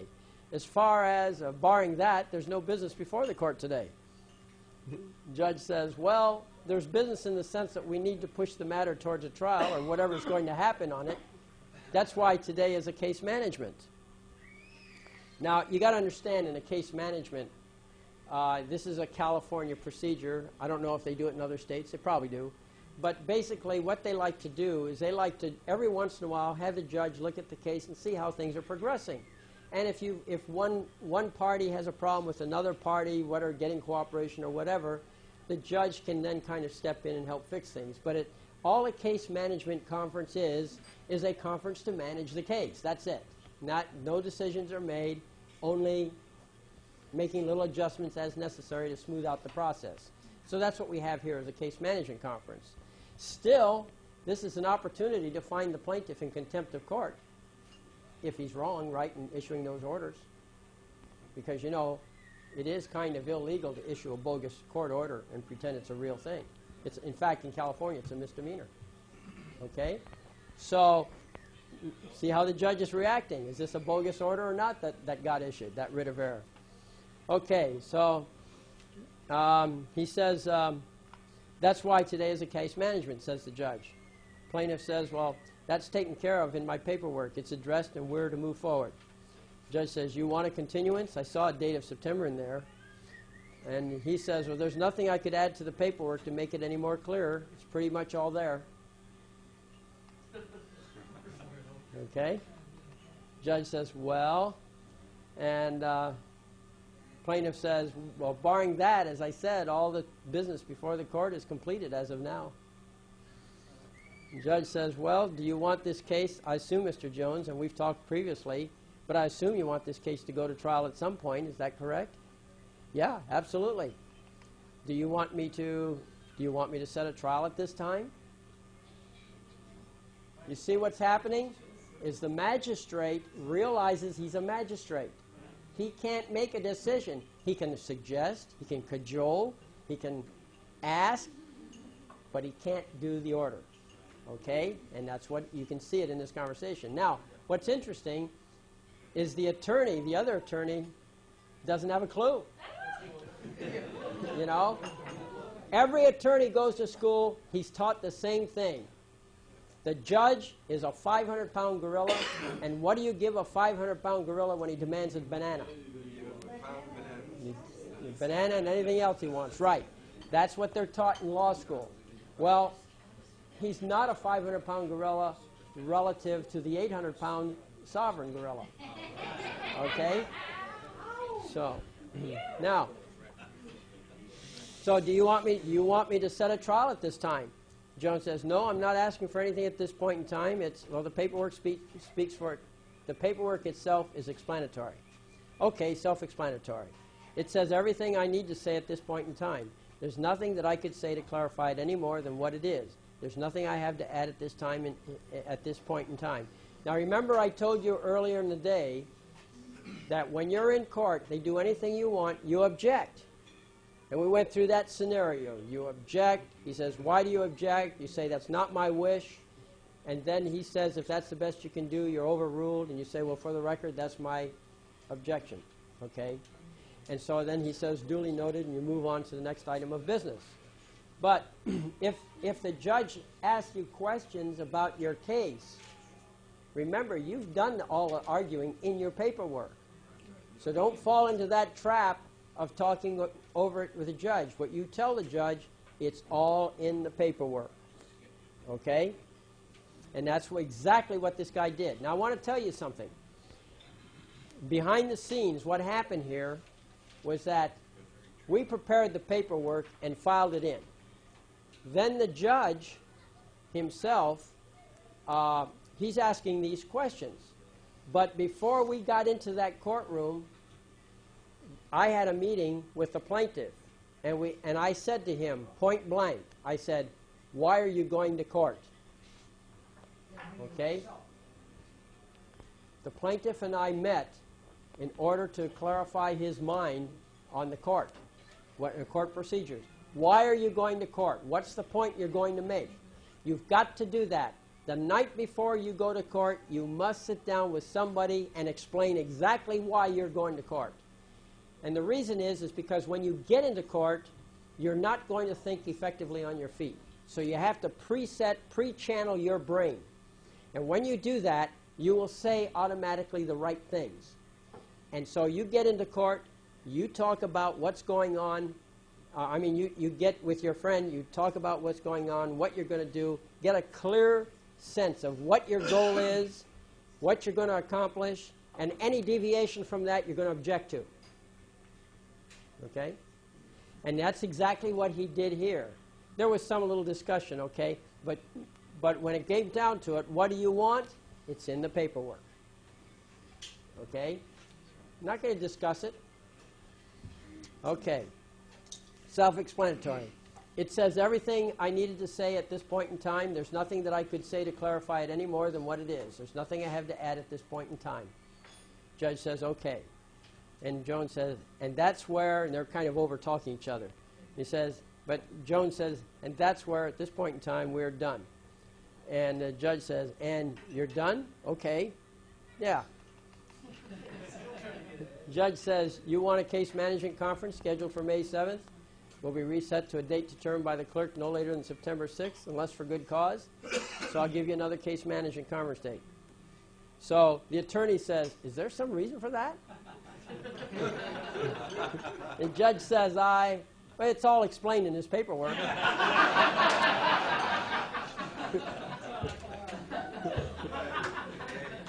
And the attorney says, well, I couldn't make heads or tails of it either, Your Honor.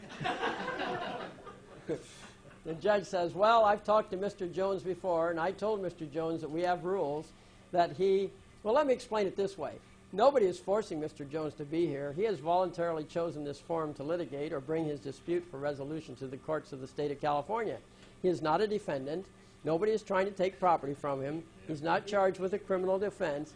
He is here of his own free will to process his dispute, which is set forth in his complaint. I have advised him. I will continue to advise him. See, he's advising him, right? Okay? Not order, right. That he has selected and elected to be here, and therefore he will have to follow the rules because he chose to be in this forum. He will have to follow the rules of the forum of the state of California. Well, now he's treading on thin ice again, see? Okay. Which includes the fast-track rules, the California rules of court, and so I've tried to make him aware of that. Now understand, he's talking to the opposing attorney. He is not ordering the sovereign plaintiff. Okay, that's how he's able to get away with that. Technically, he shouldn't be able to get away with that either, but we have a benevolent sovereign, yes. Should he have objected? Should he have objected? No. Well, he could have, but it didn't make any difference. No. No, we know who's boss. So, okay. Previously, we had a little dispute about that, I guess, but there's no dispute as far as I'm concerned. We have a case. I'm willing to set the matter for a trial, Mr. Jones, because that's what you want. I mean, you want somebody, and Joan says, well, eventually we'll get there. Yes, sir. And the judge says, you want me to set a trial date today or put this matter, you want a further case managed? And Joan says, there are other matters in the paperwork that have to be accomplished before. And the judge says, he wants to file maybe an amended complaint or something, and there are rules that govern that, so you'll have to follow the notice procedures and things like that. And the attorney says, I want to clarify, it's not the order?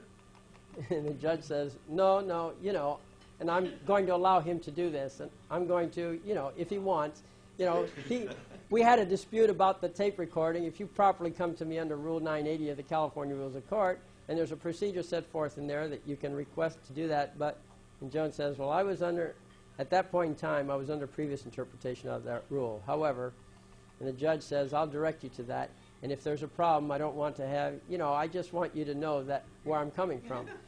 I know where you're coming from. I've dealt with these problems and this type of, you know, I understand a bit where you're coming from. I respectfully disagree to some extent, but that's okay. Do you detect a difference from the other transcript? But nobody's forcing you to be here, and so you're you're in the driver's chair as far as processing the lawsuit. And Joan says, I understand that.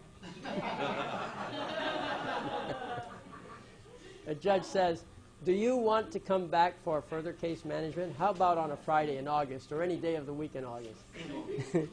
Joan says, well, there's some other things I wish to accomplish that are listed in the paperwork, and at that point in time, I'll move forward. All right, you want to come back, you pick a day in August. Well, I have no date in mind at this time. Okay, can I pick one? I'm going to pick a date that you have to come back. He says, well, he says, that's the way it runs, Mr. Jones. He says, very well. That's the way it runs, the judge says. So Jones says, however, I will object for the record. See, he was a little lost, too. He shouldn't have objected. He should have just fine, you know. The points were made, weren't they? Okay. Okay, the judge says, that will be in compliance with the fast-track rules, and I will set it for dismissal. And when you don't show up for that, your case gets dismissed. And Jones says, as I said, and the judge says, that's the rules. Now you know. You volunteered to be here, so the system can voluntarily on its own throw you out of here. It's your choice. I mean, I'm not here to argue with you today. And Jones says, well, I'm not here to argue today either. The paperwork explained my process, the direction I'm going, and there's nothing else I can say. Okay, further case management, Monday, August 16th, 8:30, this department, 666. I asked that the defendant give notice, written notice, okay? And the reporter says yes. Jones says, thank you very much. The attorney says, that date again? And the judge says, August the 16th, 8:30, 1999, 8:30 a.m., this department. The attorney says, okay, am I correct in that the court made no ruling on this apparent request to amend the complaint today? The judge says, well, I've made no rulings. I've made what I've done. The record speaks for itself. And notice this. It doesn't matter what the judge says. The attorney says, thank you, Your Honor. See? They always say thank you. Tomorrow I'm going to cut your attorney head off. Okay? Thank you, Your Honor. That's what they do, right? There it is. So that was the transcript. Did you notice a difference? Of course you did. So, all right? So then what happened was the plaintiff put together the first amended action, and then the judge came along to the clerk and said to the clerk, told the clerk to put in a request to the court to have the action, the first amended action, rejected. The clerk then did that. The judge received it and then ruled on it to be rejected. So that's what eventually led to the contempt of court citation against the judge. So, but the supervising clerk who filed that certificate and order vacating documents, look what she said on it. we have an actual quote of it. So the green lettering denotes information entered on a pre-printed form. So you have the black is the pre-printed form, and then the green part is what got written in by hand. Okay.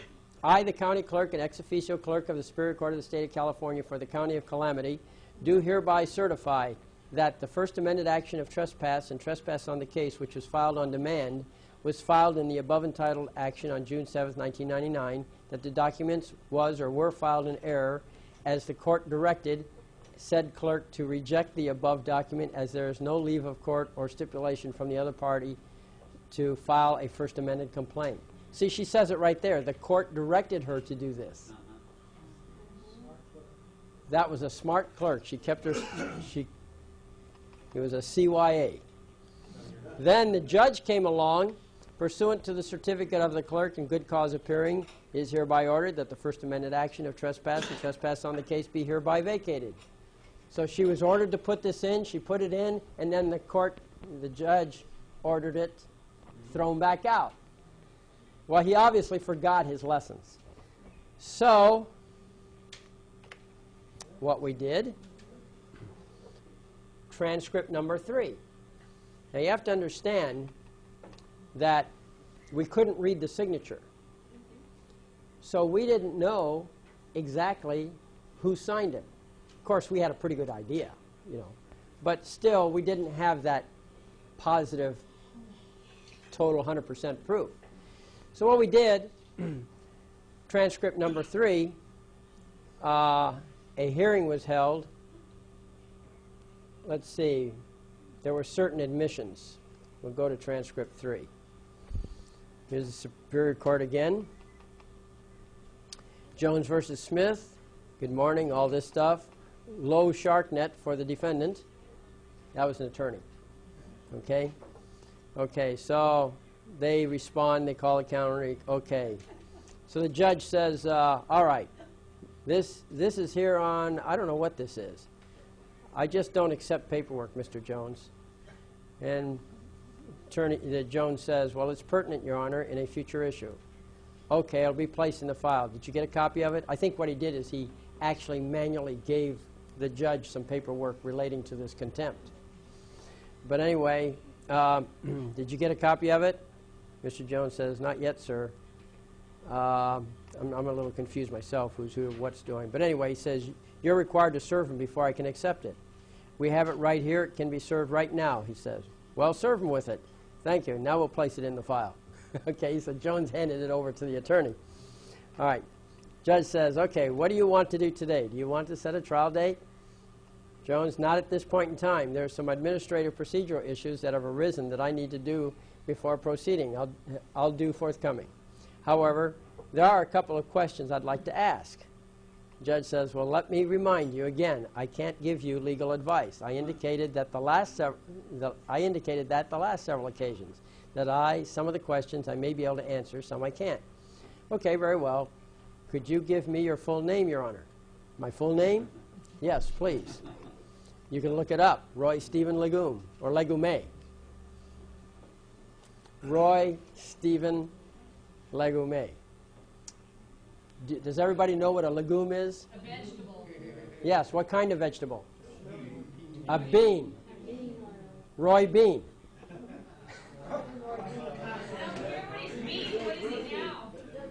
No, Judge Roy Bean was the hanging judge of the Wild West. Oh, was he? Oh. Yeah. Okay. No, we just made it up. The names were changed to protect the guilty, remember? Okay. Anyway, so this was Judge Roy Legume. All right. So he repeats it. Mr. Jones says, Roy Stephen Legume. The judge says, Stephen with a PH. Thank you very much. I use my middle initial, though. Mr. Jones says, do you or anyone you know of at this time have a claim against me? The judge says, a claim against you, me, or anybody? I don't know what you're doing here. What we're doing, playing 20 questions? Mr. Jones says, these are questions I need to proceed on with the procedural administration issue. Now, I have no claim against you, Mr. Jones. I didn't know who you were until you walked in this court as a plaintiff. Okay, very well, thank you. And do you know whose name is signed on this? And he shows him that certificate, you know, the order. And the judge says, well, that's mine. That's your name? Very well. Thank you very much. Judge says, that's why I vacated. Well, the clerk erroneously filed your first amended cause of action. You did not ask for leave of court to do that. You have to do that or get a stipulation with the other side agreeing. And Jones says, I understand that. But maybe they'll agree, says the judge.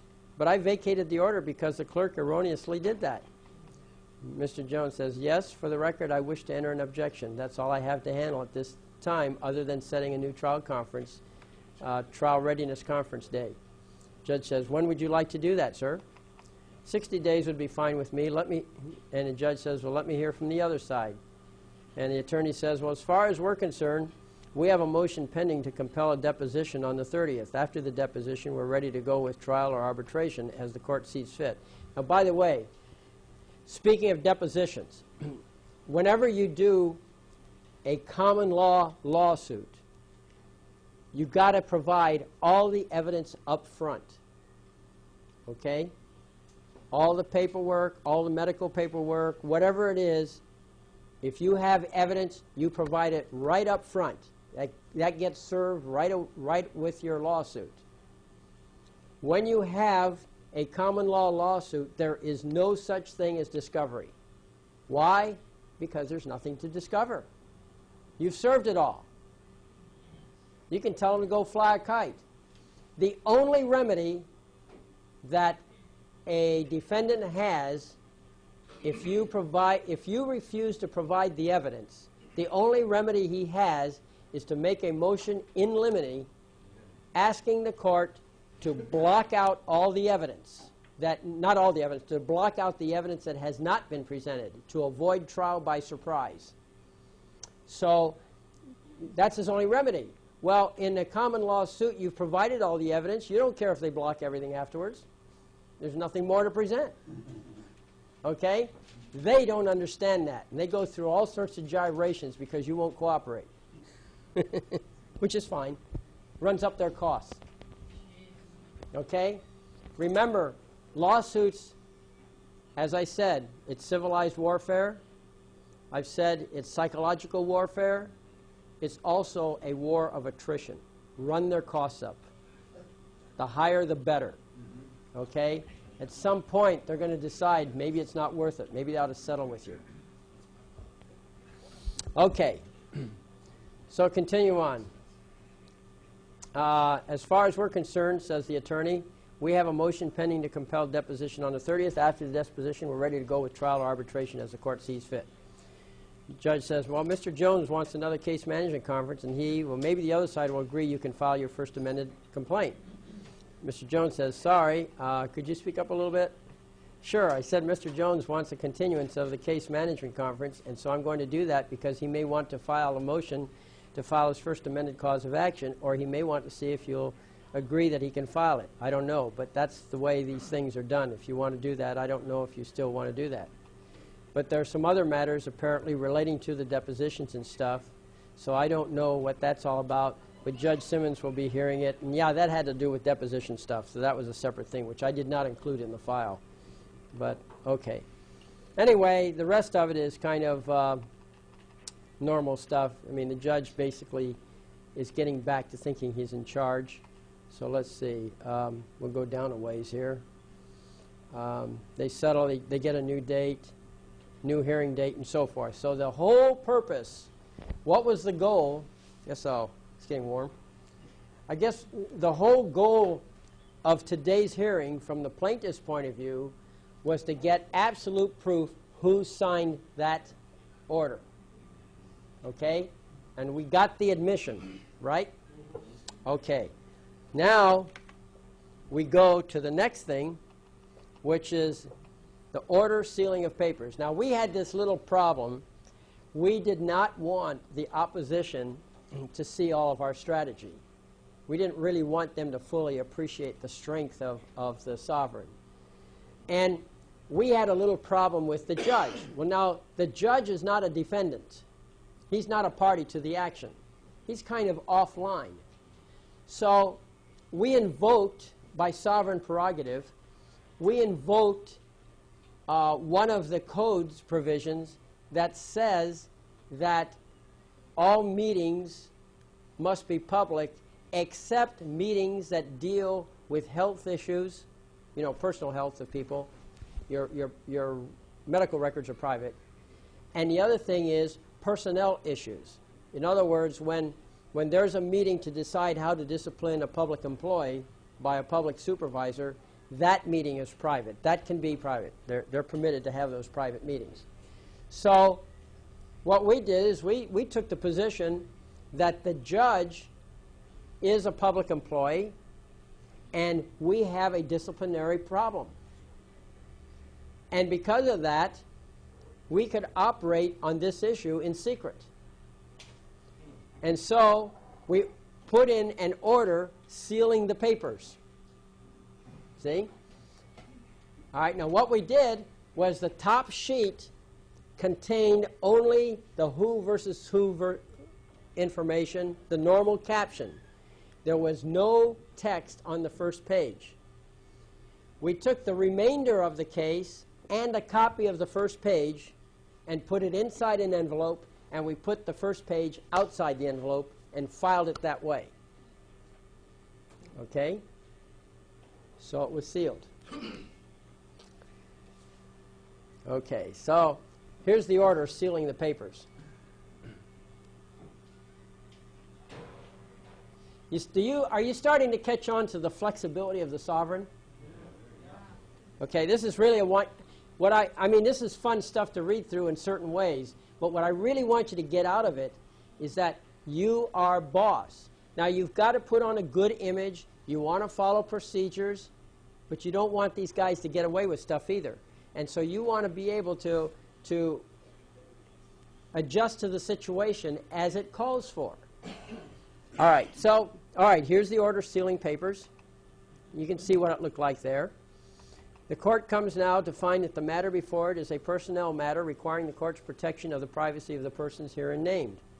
The attached envelope containing papers pertaining to personnel matters is hereby ordered sealed. It may be opened only by this court or by the following persons.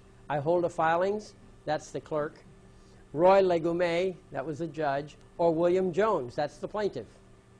This order to seal may be countermanded either verbally or in writing, temporarily or permanently, at any time in or out of court session by I hold a filings and Roy Legume, acting in common agreement between themselves. Okay? So we say, look, you guys, if you want to make it public, we're not going to stop you.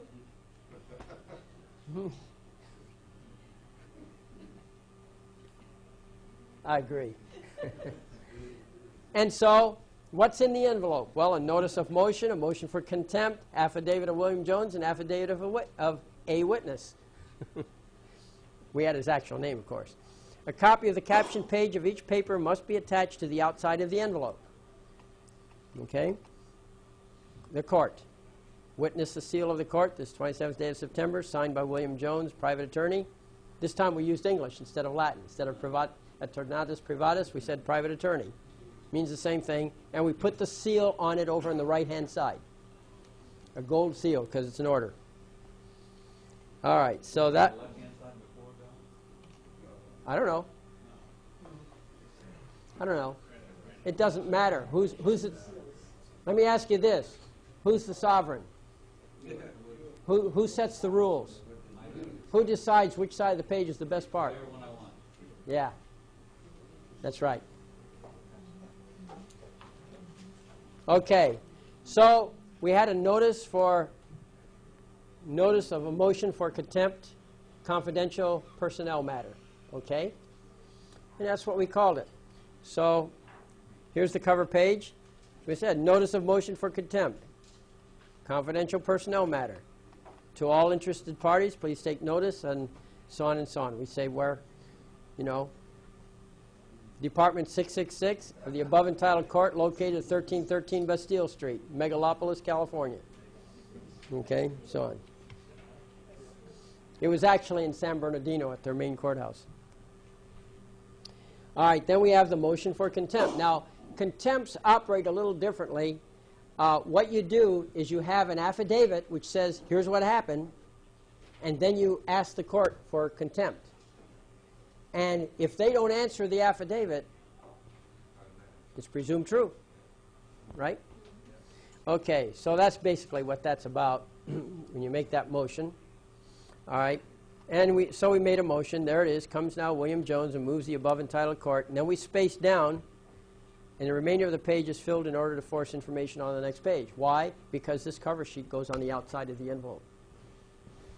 And those little hash marks you see there, or those slants there, that's so to fill the page. That's how you fill a page. You put 10 of those, and that uses up the empty lines. Okay, that's the normal way of doing things. And then it says here, comes now William Jones and moves the above entitled court to find I hold the filings, the deputy clerk of said court, and or Roy Legume, a magistrate of said court, to be in either civil contempt or criminal contempt or both, but not in misdemeanor contempt of the above entitled court. There's 3 kinds of contempts in California. You can have a civil contempt, you can have a criminal intent, or you can have a misdemeanor contempt. Misdemeanor contempt means jail time. Criminal contempt doesn't necessarily mean jail time, okay?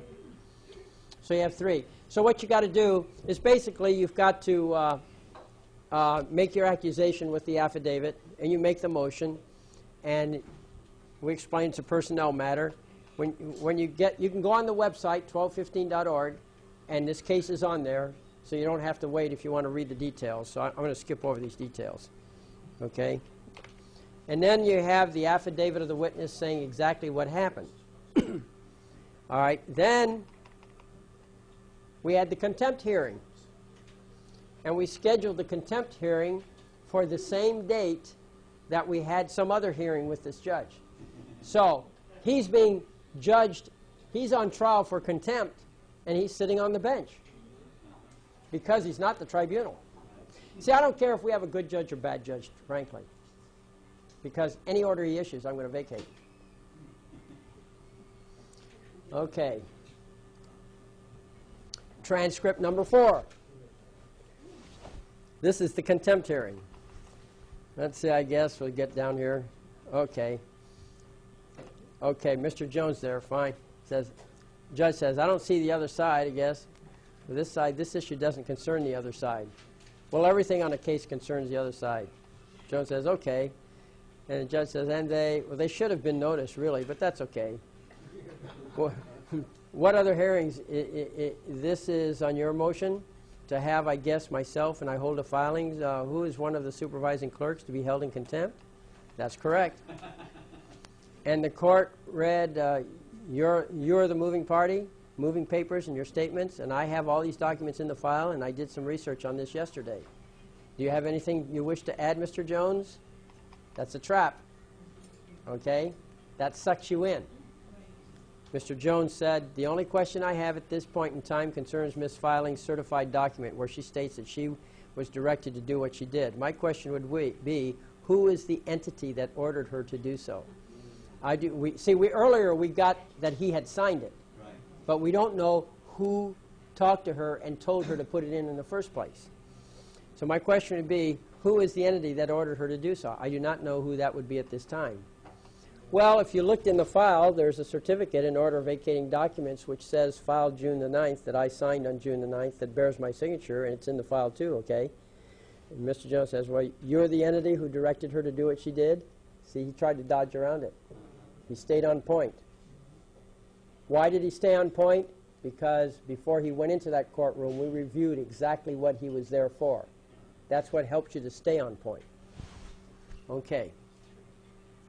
I said, says the judge, pursuant to the certificate of the clerk and good cause appearing, it is hereby ordered that the first amended action of trespass on the case is hereby vacated.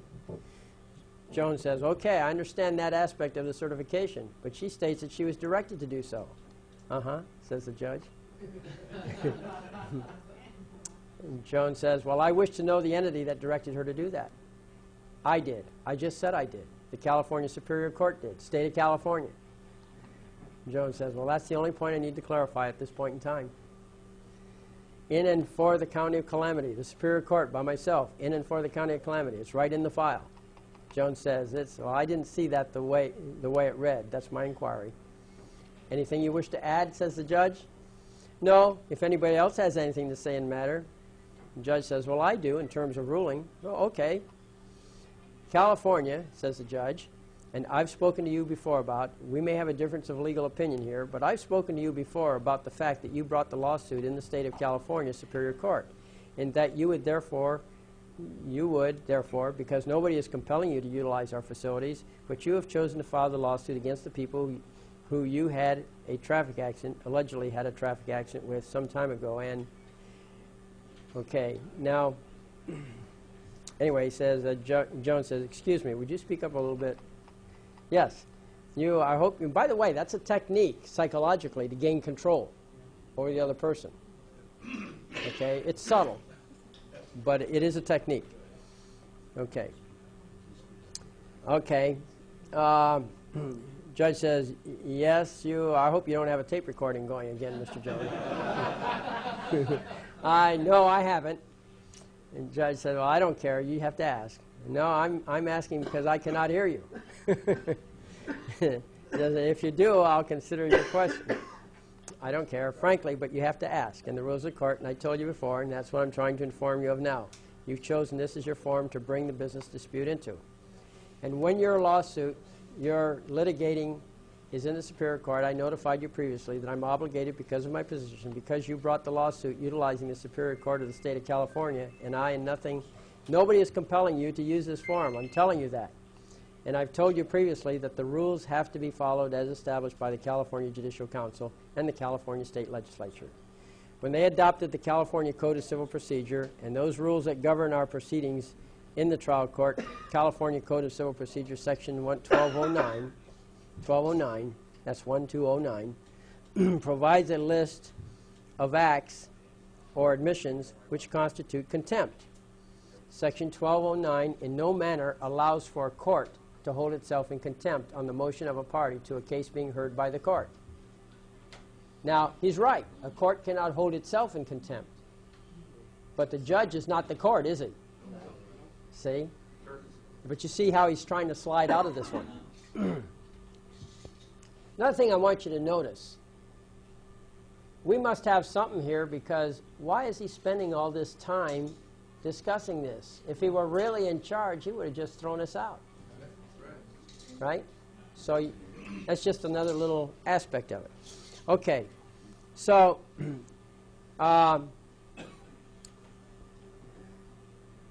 let's see.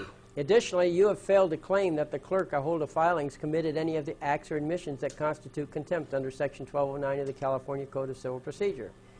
Therefore, your motion is entirely devoid of merit, and I so rule and deny the motion. So Jones says, well, okay, well, for the record, I object. Judge says, I understand that. Okay, says Jones. Okay. Judge says, all right, I don't know when the next court hearing is, Mr. Jones. Well, at this point, there's a CMC scheduled for Monday. Monday, okay. And so he gets a transcript from the gal, and that's that. Okay? So that was the transcript. So he established in the one hearing who signed it. He established in the second hearing who ordered the clerk. All right? And we've now had the hearing, haven't we? Now comes the ruling on contempt.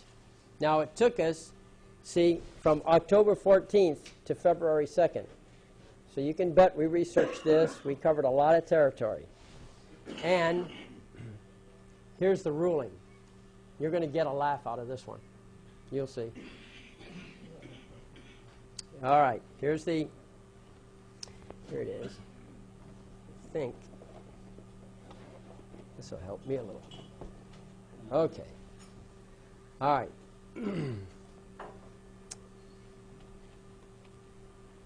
Comes now the court to review the law, the facts, and the record, and to rule accordingly. Summary.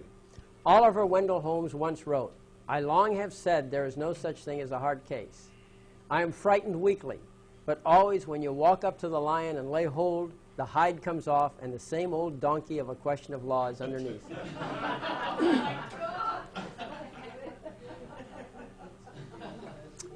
Through unplanned circumstance, duty falls upon this court of record to lay hold of the lion, unhide the underlying question of law, and do what is necessary to preserve the rights of the parties to orderly due process and the good conduct of the business of this court, and to vindicate the authority and dignity of this court in the face of an apparent modern palace rebellion.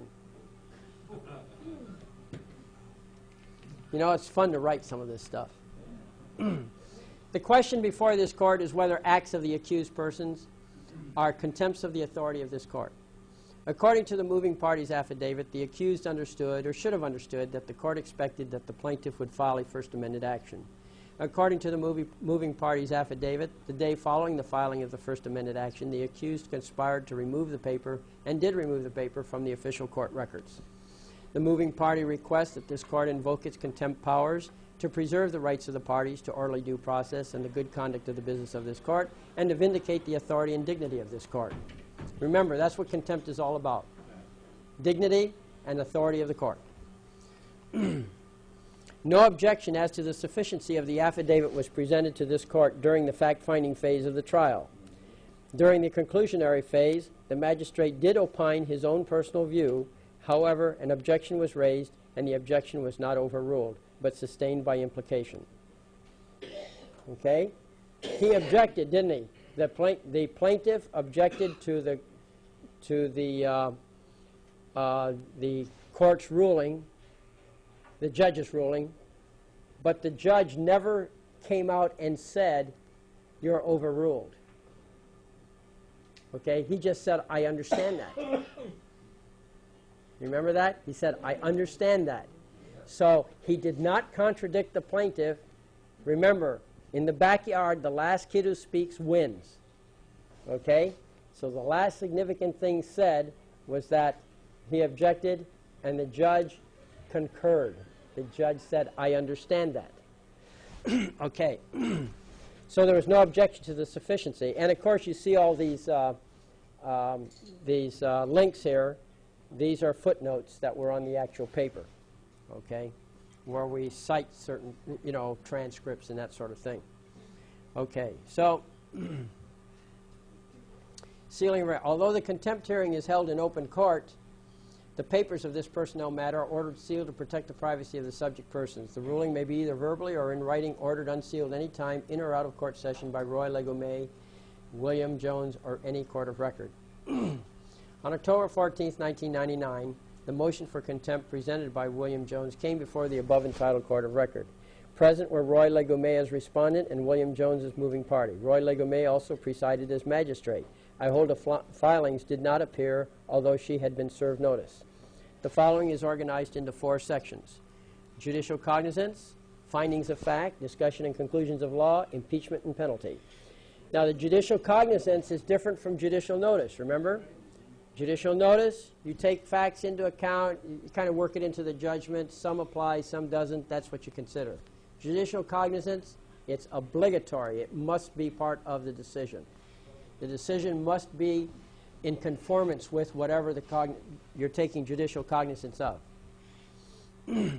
Okay, judicial cognizance, that is, straight out of Black's Law Dictionary, judicial notice or knowledge upon which a judge is bound to act without having it proved in evidence.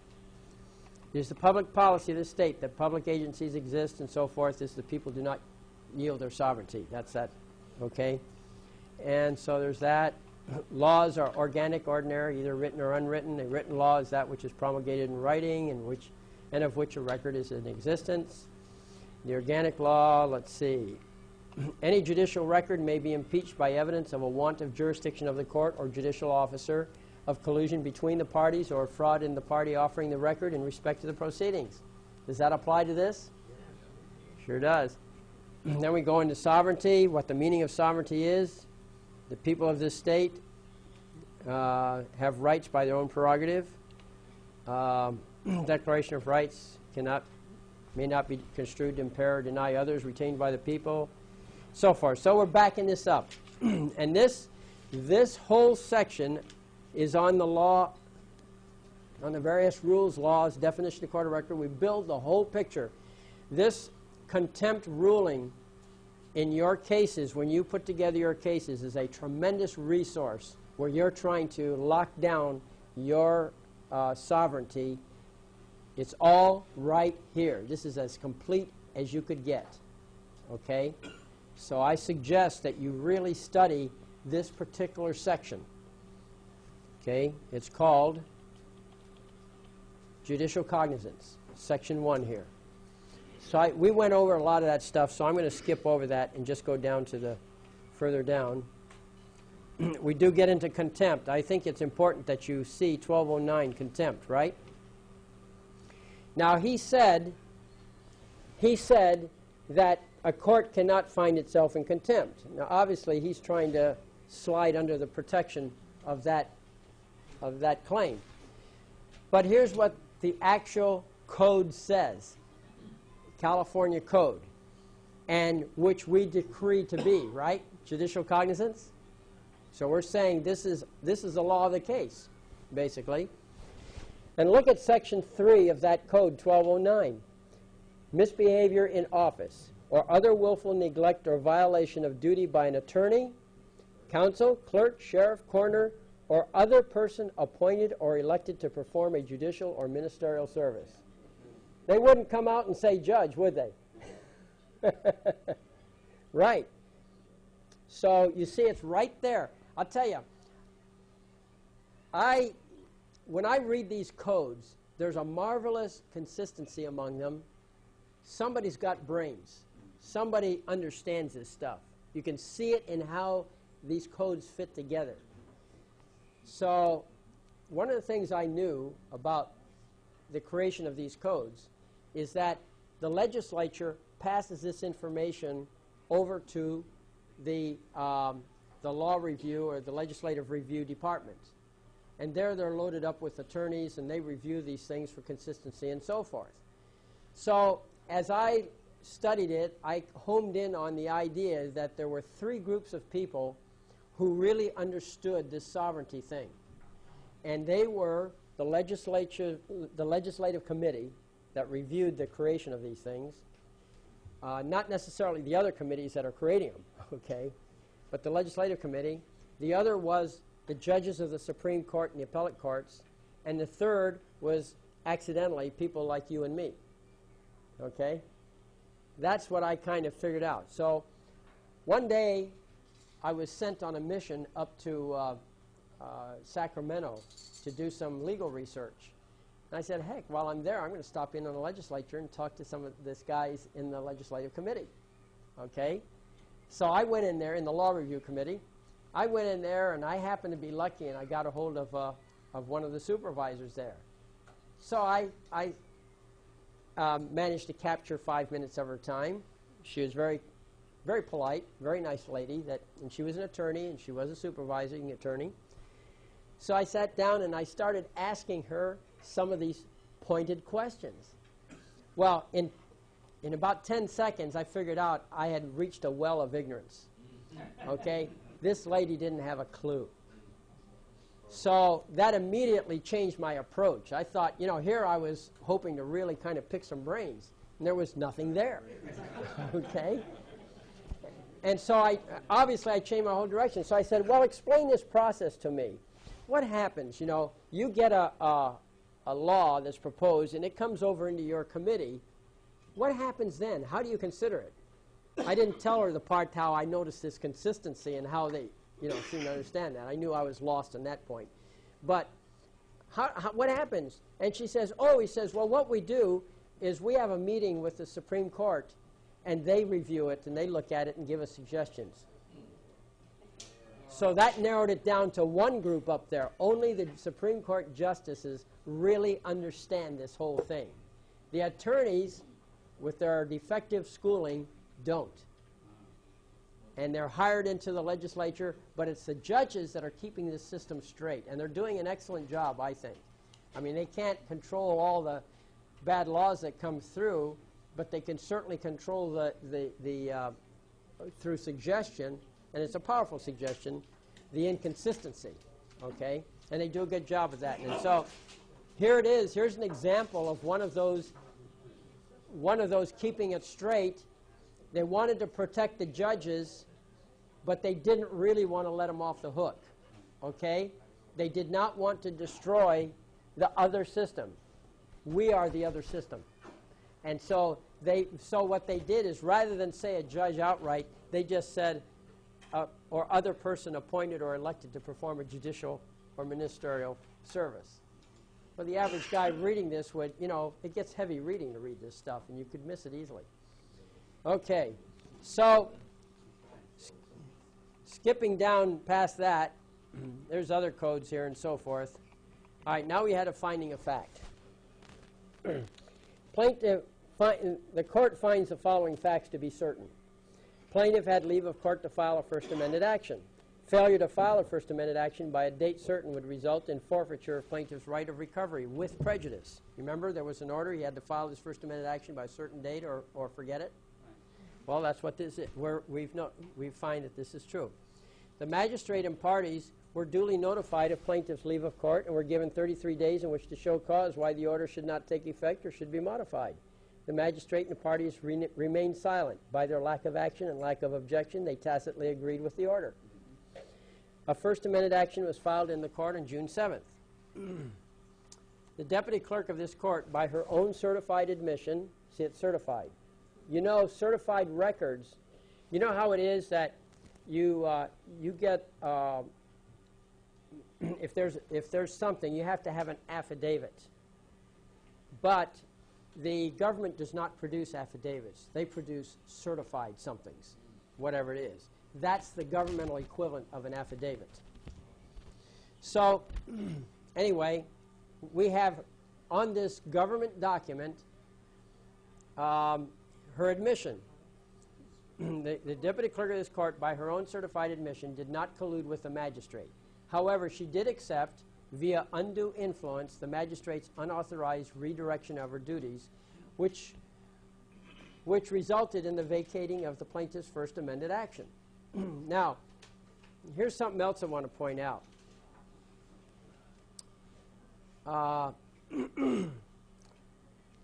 When we were making the motion for contempt of court, we were wearing the plaintiff's hat, the injured party's hat.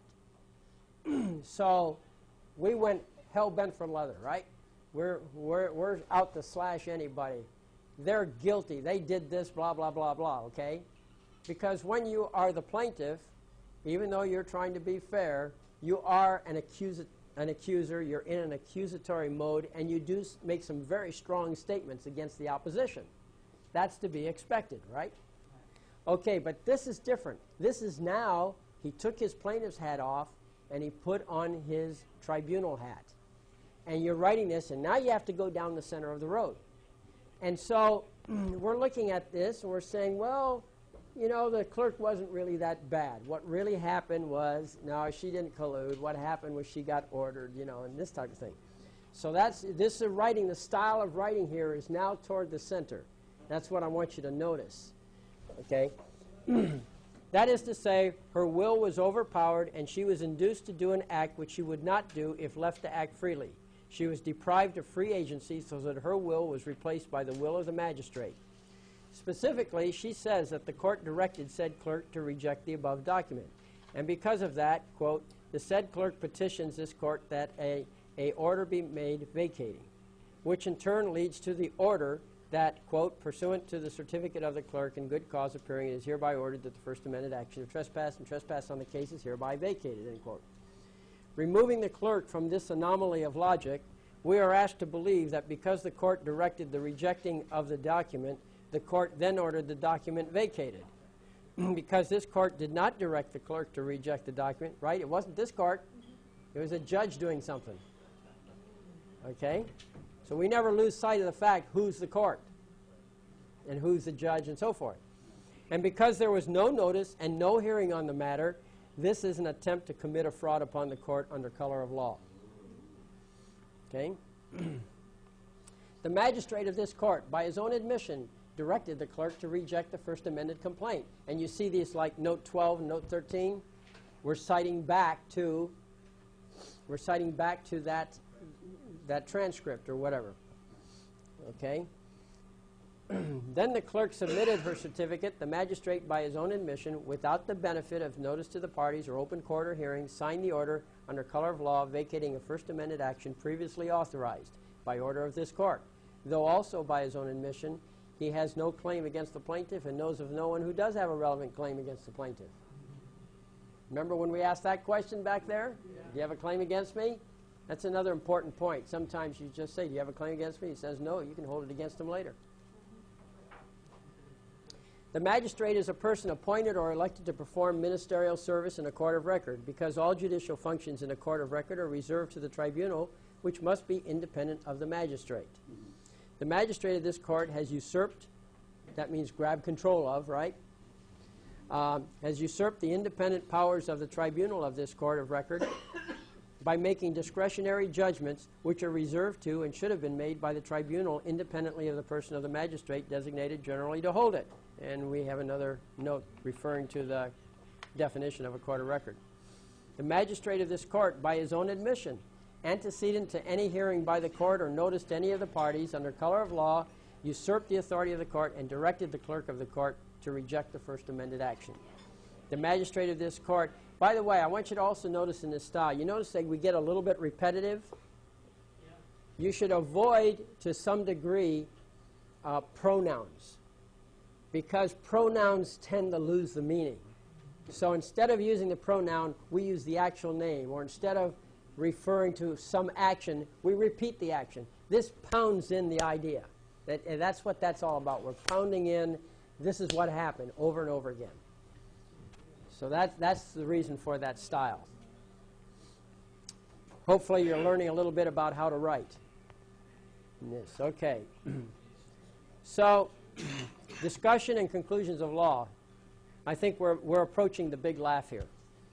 On October 7th, William Jones filed an action of trespass for damages. The opening sentence decreed, this is a court of record. In defendant's demur and later his answer, there was no objection to the court being a court of record. Nowhere in the record is there any objection from magistrate or defendants regarding this court being a court of record. On May 5th, 1999, this court determined that William Jones is one of the people as contemplated in the preambles of the Constitutions. This court is a court of record, and all parties were properly so apprised. Building on that, the court issued a show cause writ of error. Throughout the writ, the concept of a court of record was asserted. The magistrate, plaintiff, and defendants were each invited to file and serve on all other interested parties a brief no later than June 7th to show cause why this order should not take effect or should be modified. No objections or briefs were served or filed. The magistrate and parties, by their lack of action and lack of objection, tacitly accepted the writ and its supporting papers. And I have to tell you something else. 100% of all the orders to show cause I've ever issued have gone unanswered. It's an interesting little thing. If you fail to object, it means you agree, right? That applies to the other side too. It is the design of our systems of jurisprudence that courts have no jurisdiction until a party comes forth and declares a cause needing resolution. Yeah, judges have no authority until somebody files a lawsuit. That's what we're saying. The particular jurisdiction depends on how the cause is declared by the plaintiff. Jurisdiction may be administrative, at law, in equity, or any of many other formats. In this case, the jurisdiction is at law in a court of record under the sovereign authority of one of the people. It is essential to understand what are a sovereign, a magistrate, a court, and a court of record. A court is the person in suit of the sovereign. Who is the sovereign? It is the people, either in plural or in singular capacity. In singular capacity, in this case, it is William Jones, one of the people as contemplated in the preambles of the 1849 Constitution for California, the 1879 Constitution for the state of California. You notice that? There's a difference between California, state of California. And the 1789 Constitution for the United States of America. Notice it's not of the United States of America, because that's exactly what it says in those preambles. California, the state of California, and the United States of America have no general sovereignty. Theirs is eclipsed sovereignty. Whatever sovereignty they have is limited to their respective constitutionally defined spheres of control. The general sovereignty is reserved to the people without diminishment. Lest that be forgotten, the California Government Code twice admonishes the public servants that the people of this state do not yield their sovereignty to the agencies which serve them. Further, when the state of California did attempt to diminish one's rights, it was determined that the state cannot diminish rights of the people. That was the Hurtado case. Okay? It is by the prerogative of the sovereign whether and how a court is authorized to proceed. In this case, the chosen form of the court is that of a court of record. This court recognizes the good work of the legislative and judicial branches of the United States of America and has adopted the Federal Rules of Civil Procedure as its own rules. This is compatible with the choice of the California legislature, which expresses its will through the California Code of Civil Procedure, Section 1897, which states in part, quote, "The written law of this state is therefore contained in its Constitution and statutes and in the Constitution and statutes of the United States. The state of California itself recognizes the validities of the laws of the United States of America and it adopts those laws as its own.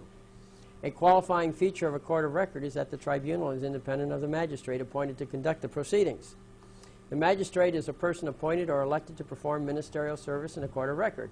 His service is ministerial. And listen, you're welcome to use all of this stuff in your own lawsuits when you're establishing your sovereignty and you're writing your judgments or rulings or whatever. This is powerful stuff. I want to... Did you ever correct this? Because I had trouble getting into this section. You had trouble getting into this? Yeah. On the disc or on the website? Website. I didn't know there was a problem. I'll go check it out. Okay. All right. In this instant question, the magistrate unduly chose... Unduly. What does the word duly mean? Duly means it meets the requirements of both the common law and the statutory law. Or put another way, it meets the requirements of both substantive requirements and form requirements. So we're saying he was unduly, meaning he didn't meet all the requirements. Okay? So, where am I here? I lost it. Oh, there. In this instant question, the magistrate unduly chose to personally bypass all procedure, direct the court deputy clerk to reject the First Amendment action, and then sign the accompanying pre-printed order without proper hearing or notice to any of the affected parties. That exceeds the jurisdiction of a magistrate who only possesses ministerial authority, separate from the authority of an independent tribunal of a court of record. On more than one occasion, the magistrate, you're going to love this, has indicated his preference for California rules. So be it for his cause. This court, for purposes of accommodating the accused's choice of law, adopts the California Code of Civil Procedure as it relates to contempt of court. Let there be no doubt as to the justice of this proceeding for the accused. You see what happened? The king said, suspend this law, bring this law in, and now it's a go. So you brought his law in? The king brought in the choice of law that the defendant, the accused, made. The judge over and over and over again cited California law. It was his preference. And even 1209. Even 1209. Let's go right here. On more than one occasion, the magistrate has indicated his preference for California rules. I'm going to click on that. Note 34, Plaintiff's Exhibit 15, page 4, line 1718, page 5, line 1719, and transcript, October 14th, page 4. We've nailed him. Okay? Isn't that cute? Again, get this through your head. You are the boss. What you say is law. You decree the law. But only if you're the plaintiff. Only if you're the counter-plaintiff. You cannot do any of this if you are the defendant. Okay? You've got to flip your status out of defendant status into plaintiff status. And you do that with a counterclaim or you do that with a habeas corpus. All right? That's the key. It's your court. And a court of record is the form specified by the California Constitution. Hands down. It doesn't say maybe. It says they are courts of record. Okay? All right. So, California Code of Civil Procedure, Section 1209, provides that acts in respect to a court's proceedings are contempts of the authority of the court. If a person who is appointed or elected to perform a ministerial service misbehaves, neglects, or violates a duty, or if a person falsely pretends to act under authority of an order or process of the court, or if a person disobeys any lawful judgment, order, or process of the court. Now remember, we had an order saying that the plaintiff could file a new amended action. Yes, sir. If you filed a dismiss, order to dismiss, as a defendant, how does this come in play? Well, all right. Now that order that you are defendant. Yeah, we'll repeat the question. That order that you're asking about, where if you are a defendant and you're issuing an order to have that case dismissed, that's okay, provided that in the body of it you assert your status as sovereign outside the jurisdiction, and that this is an order from your court to their court. If you do that, then it's okay to order it as a defendant. Okay? Make sense? Or did I go too fast? Okay, one more time. If you are a defendant and you issue an order to have the case dismissed against you, you must assert in the body of your order who you are, that you're sovereign relative to the state, that they have no jurisdiction over you, that this is an order from your court to their court. Okay? That's what's going to protect you. And one more thing. You want to accompany with it an order to show cause. Tell me why I'm wrong.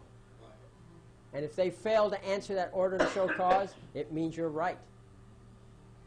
And you don't just tell them to file an order to show cause. You give them a deadline. When are they going to file it? You tell them when you want that order, and if that response. If they don't respond, it's locked in. And you give them time, you know. They won't answer it, apparently. I've never had one answered. I need to show cause. I don't know why. Can it be in the body of the text? That's what I just said. Okay. Yeah, it has to be in the body. There's nowhere else you can put it. If we have anything to say a microphone, please. Does it have to be in the body of the text, he says. Yes, of course it has to be in the body of the text. That's what I said. If you back up the tape or the DVD, you'll see that's what I said. Okay. So, we say, or if a person disobeys any lawful judgment, order, or process of the court, engages in any other unlawful interference with the process or proceedings of a court, or if an inferior magistrate interferes with the lawful judgment, order, or process of a superior court, or proceeding in an action or special proceeding contrary to law, after such action or special proceeding is removed from the jurisdiction of such inferior magistrate. See, it was removed from his jurisdiction, wasn't it, when we had a prior order?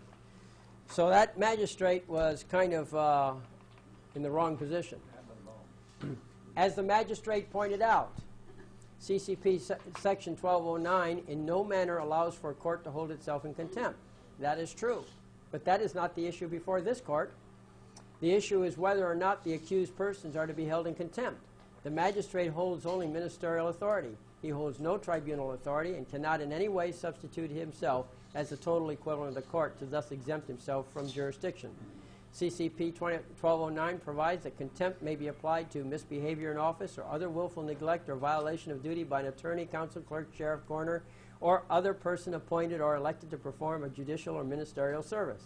The magistrate is an other, quote, other person appointed or elected to perform ministerial service, as described in CCP section 1209. Depriving anyone of the right to have his day in court is very serious. The magistrate has a duty to the plaintiff to minister the opportunity to argue the petition put forth by the deputy clerk. Here's a quote, very important quote. You ought to keep this one in mind for future writing.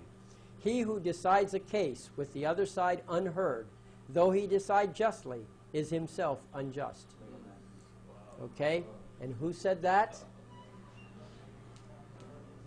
That was by Seneca,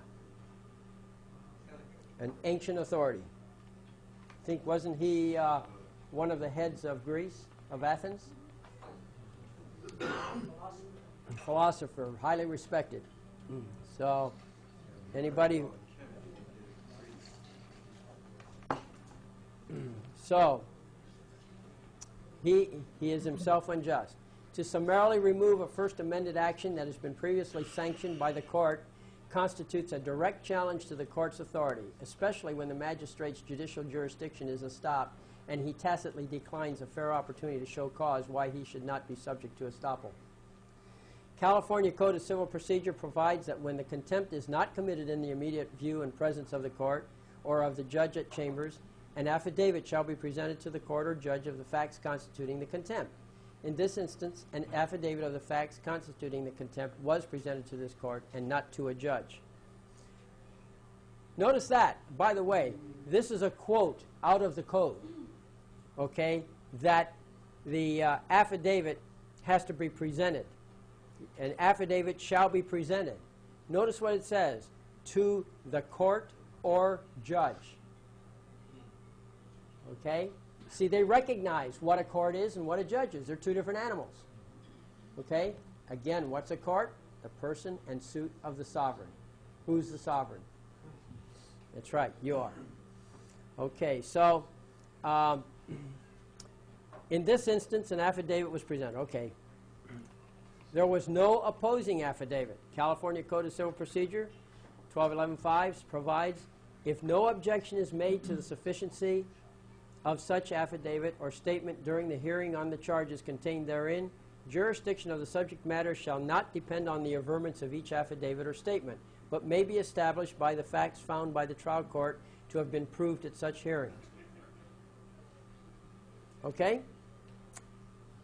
Normally, had he objected, then you would have had some issues. But since he didn't object, the court can move on. It now has jurisdiction. Okay? Failure to object means you agree. Same old principle. Okay?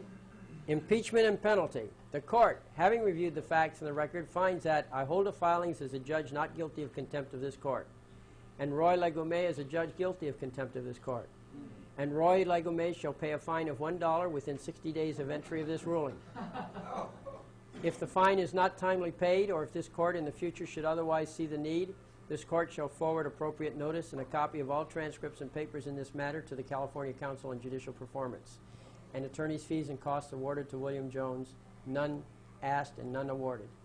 Execution of this order shall be stayed pending the filing within 6 judicial days of a petition for extraordinary relief testing the lawfulness of this court's order, or a notice of intent to file within 30 days a motion for reconsideration. Now, that little phrase there was put in because when a court in California finds an attorney in contempt, he gets that privilege. So what we did, even though there was no specific code to that effect, we did the same thing for the judge. Again, what are we doing? We're showing we're fair, we're considerate. Every opportunity is being extended.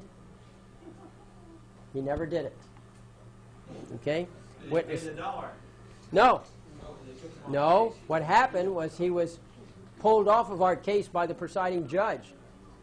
What is the purpose of contempt? 2 purposes. 1, preserve the dignity of the court. 2, preserve the authority of the court. When he was removed, that was gone. There was no need to enforce anything. We had a new judge come in. We looked up the dossier of the new judge, or what they call a profile. The law library has profiles of all judges. So we looked up the profile, and the profiles on this new judge said that he was a member of a private group of judges that studied the common law. He was a specialist. Tell you what else it said about him. This was a superior court. Now, the superior court has an appellate division, and the appellate division hears appeals from the municipal court. If you lose in a municipal court, you can appeal either to a regular appellate court or you can appeal to the superior court appellate division. Now, the appellate division of the superior court is a very, very high quality court. The guys that are in that staff that, are very sharp, very experienced, very knowledgeable. And these guys in the appellate division of the superior court, when they write an opinion, it has precedent value just like an appellate decision does. Okay? So we're not talking about schlocks here. We're talking about guys who know what they're doing. This man that they assigned to our court was their big gun. He used to be the presiding judge of the appellate division. Okay? So he was a specialist in common law. He was a sharp on other laws. So we decided, all right, we'd let him in because it'd be nice to deal with somebody who's knowledgeable. And he was knowledgeable. So anyway, that was the contempt ruling. And that contempt ruling will be extremely valuable to you when you write your own decisions, because the entire chain of logic is there that leads from the Constitution right down to the court level as to why you're boss and they are not. Okay, that's what makes it useful. I go back, I forget stuff, and I go back and I'm pulling stuff out of there all the time for other decisions, other orders that I do. So I highly, highly suggest that you study that one, because it pounded the judge into the ground. He lost his job over it. They pulled him off of that in 900 other cases. No. Sorry. He didn't actually lose his job. He got assigned to Timbuktu, some little tiny, he was not in that main court anymore. They put him off in some jurisdiction, I don't know where, but it was same county, but a little tiny town. Okay? Yes? How is the new judge doing? The new one? Oh, he was educated. Like I said, he was easier to deal with. Now, he still tried, he didn't really read the case thoroughly, but I think we did issue some orders against him, correcting him. I didn't publish them here because it doesn't add anything. It's the same old stuff. Just waste your time. What you've got is complete. This is a good model to learn from. And so if you learn by experience, like one guy said to me, he was really upset at me. He says, I want to see another example. I said, well, you don't understand the first one. How are you going to understand the second one? Okay? Because he wouldn't do the homework. He wouldn't read it. And I could tell by the questions he asked, he never even read it. So I just blew him off. I just said, well, and then that really upset him that I didn't care and so on. But, that's the way it goes. But anyhow, no, seriously, everything, I found it over and over again, I found it useful for other things.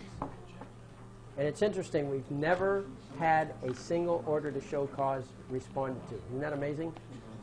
You'd think they'd say something, even if they were wrong. Okay, well, you want a break or something? Yeah. We haven't had dinner, have we? 7.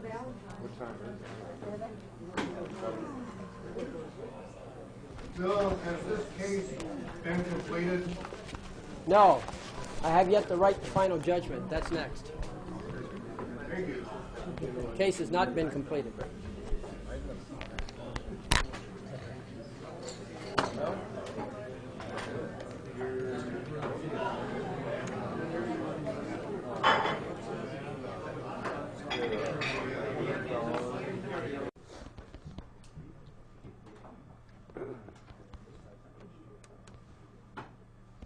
Okay, well, we've had our break here. Any questions? Yes. Over here. Any questions before the microphone?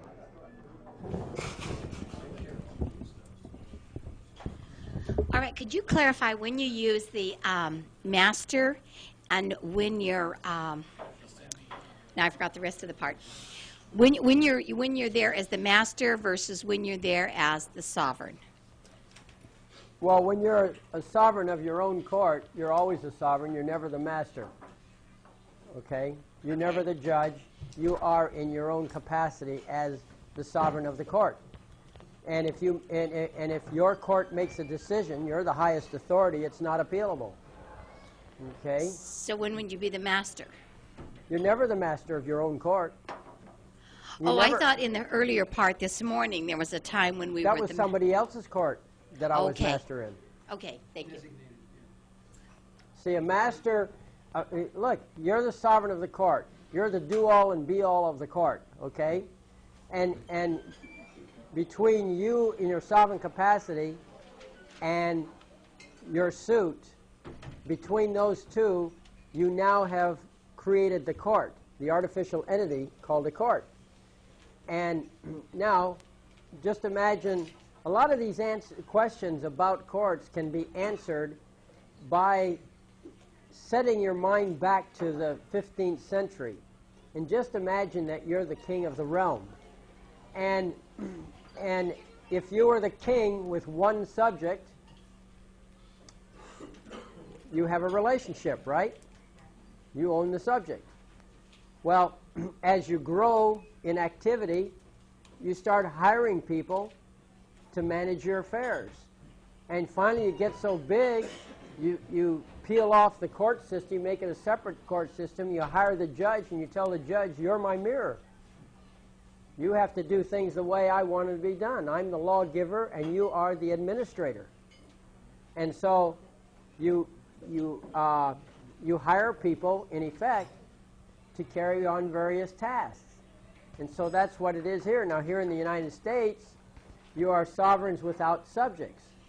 But that's not strictly true, because people become your subjects when you hire them. Okay, it may be just a conditional type of thing. And who are your subjects? Well, you have the judge of the court, you have the clerk of the court, you have the court recorder, you got the marshal. All of these people are in your court. They're in your jurisdiction when you're running your case for that moment. And your chief warehouseman for your paperwork is called the clerk of the court, and they'll warehouse your papers forever, okay, at a very reasonable price when you think about it. What would it cost you to set up a deal like that and make sure whatever papers you had were always available to everybody? So in the case where I was a special master, that was because the sovereign himself couldn't do it because he was in jail. Okay? He was too busy, wasn't he? So he appointed me as a special master in his court in the same sense that a judge would be appointed. Only thing is, I didn't get paid. Okay? But that's what it was. I was just taking over a function that the sovereign was too busy to do himself. He can be his own clerk if necessary. But there are certain advantages. I mean, heck, a couple $100, whatever they charge for it, and you get the entire staff available to you. You get the judge, the clerk, the marshals, enforcement, you know. That's literally true. Okay, any other questions? Next question. Okay, well, I guess. Say again? How do you shut down the court in 5 minutes? How do you shut down the court? No, the hearing. How is it that you get the hearing to only last 5 minutes? Well, it's because whatever the hearing is, no matter what it is, you've done all your talking on paper. There's nothing to talk about. Okay? So the only thing is that they might do things. For example, a very typical thing that happens is that the opposing attorney will start offering information to the judge. Information that was never in the paperwork. Well, that's not legit.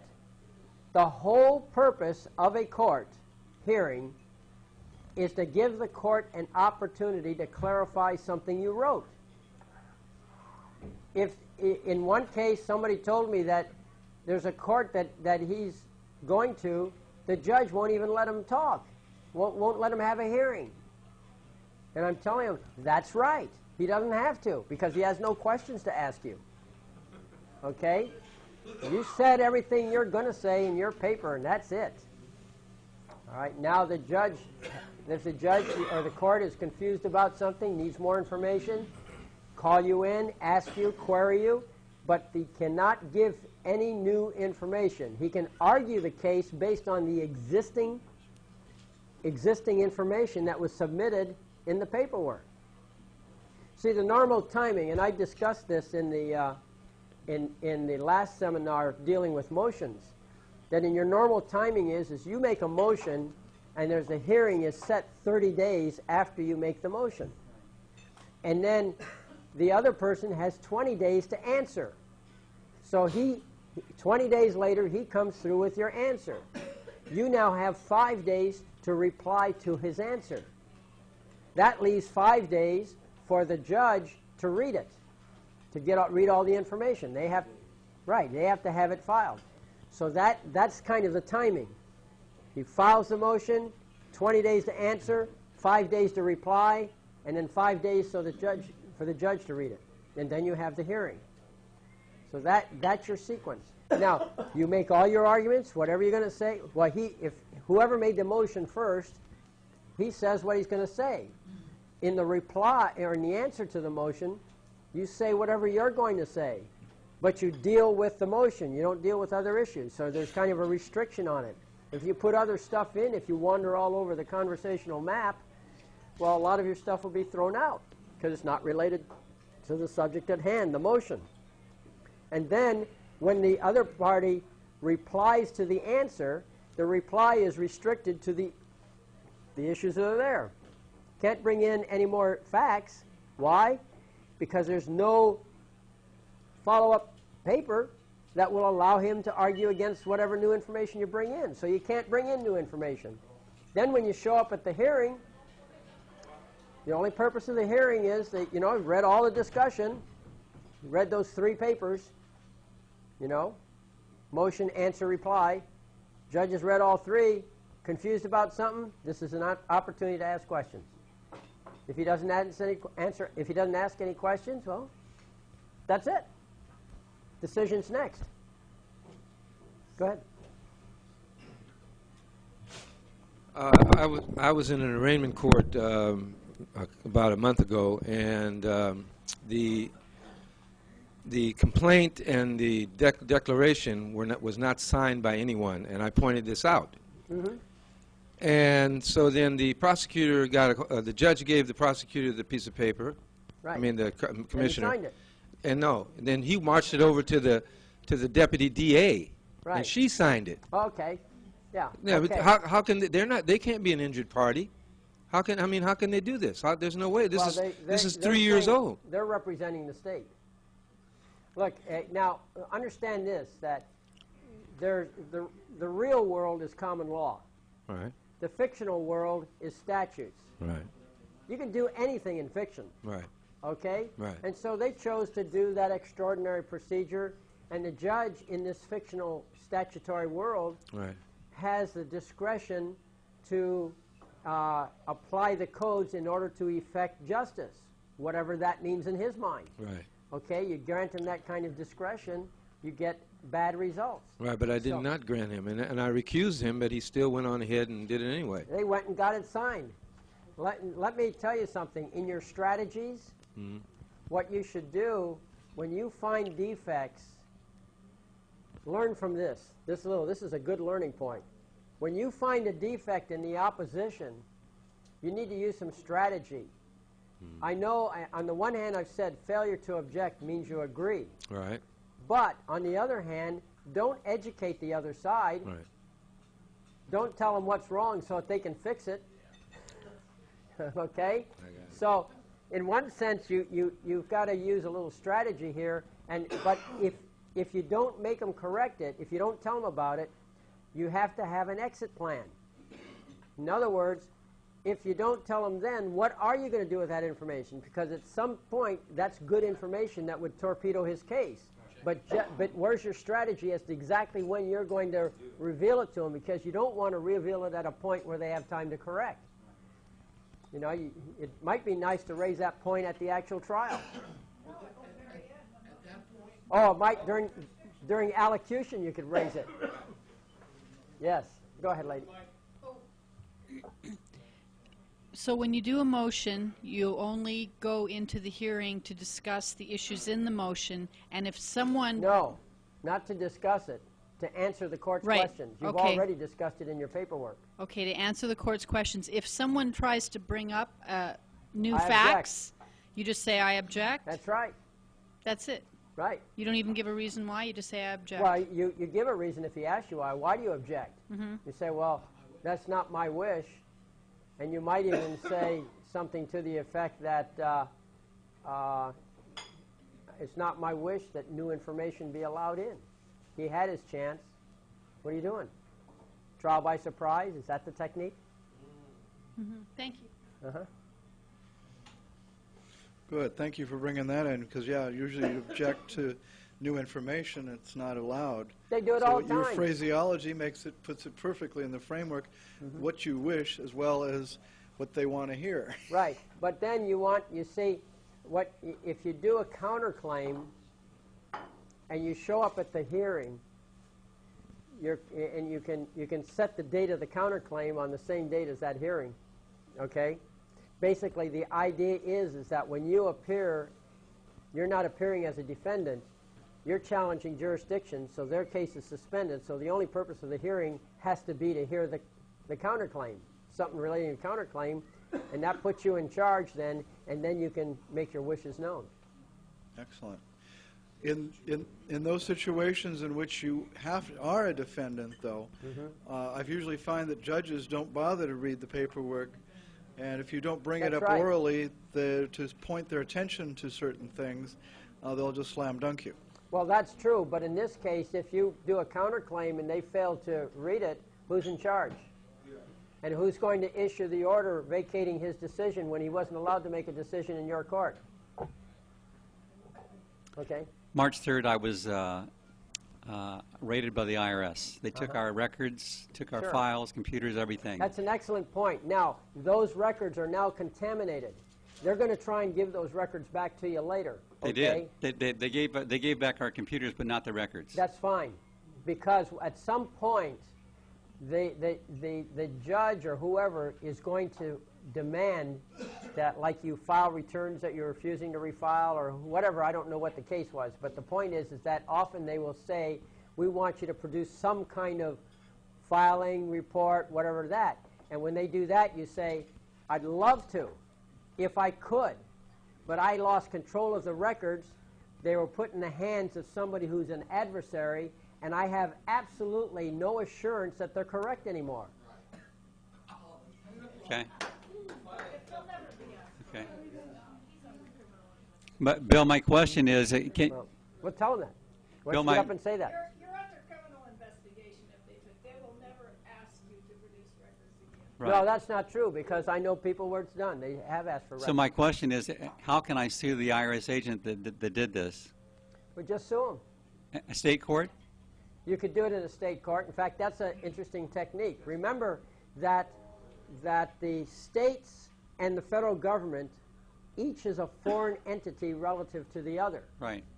There are certain exceptions to that, but basically they're foreign entities. So one of the duties of the governor, by the way, is to protect the citizens of the state from attack by a foreign entity, and that includes the federal government. Now, they won't do that, of course, because they're in bed with each other. Right. But basically, that's a duty, and you might be able to lean on that some way. But actually, I would say that you do your counterclaims, and you know they now. No, there's been no action against me. What I want to do is an yes, action. there has been an action. They stole your records. Oh, okay. It's a theft. If there's no action, if there's no legal, no court orders, that's a theft. Right. Do a counterclaim based on common law theft. Okay. And that would be, and theft, by the way, that would be a trespass. Okay. A trespass under common law involves violence, false arrest, deprivation of rights, taking your materials. That's all violence. They had a search warrant, but no probable cause affidavit attached to it. Yeah, that is theft. If it's not proper, it's theft. Okay. Also, okay? And I assume on that basis, do a counterclaim, or do a claim since there's no action filed yet. Do an actual claim. Now, here's another interesting thing. Oh, one. If you do your claim before they've done any official action like that, you know, an actual complaint against you. Right. Now, as soon as they do some sort of a claim, whatever it may be, you now can raise the issue of vindictive prosecution. Now, the thing about a vindictive prosecution, prosecution claim, is that when you raise the issue of vindictive prosecution, that is the one issue that you do not have to prove. The burden of proof is on them to prove that the government is not vindictively prosecuting. That's an automatic. I have a question. Did you get their pocket commissions? No. Okay, maybe in discovery you can So request is that, their pocket is that commissions? all on the record here? Are we recording that? Yeah, he's, If I go common law, there is no discovery. Who has the microphone? I do. Could you hand it to him when he answers? No, I did not do. I did not get their pocket commissions, and if I file under common law, there is no discovery. That's correct. You provide all the evidence that you have up front. Right. And there's no evidence, no discovery, because you have no more evidence to offer. Right. But yeah, I'd claim theft right up front. They took it without the proper stuff, and then when they do come back with something, I'd claim vindictive prosecution. And the burden of proof is they actually have to prove it is not. I'm not sure how they prove a negative, but they have to prove it's not vindictive. Yes. A raid is also an unreasonable search and seizure. Why is that? Because it violates the Constitution. Well, wait a minute. Just because you put the label raid doesn't necessarily mean it's unlawful. I mean, if it's proper warrant and all that sort of stuff. It was not a proper warrant. Yeah, I know that, but he's making a blanket statement that a raid is. They cannot raid you. They have to have a warrant. They just can't. A raid means they What just. if they raid you with a warrant? Well, then it's not a raid. That's what they call it. Okay, again, who's running the definition of the words here? Okay.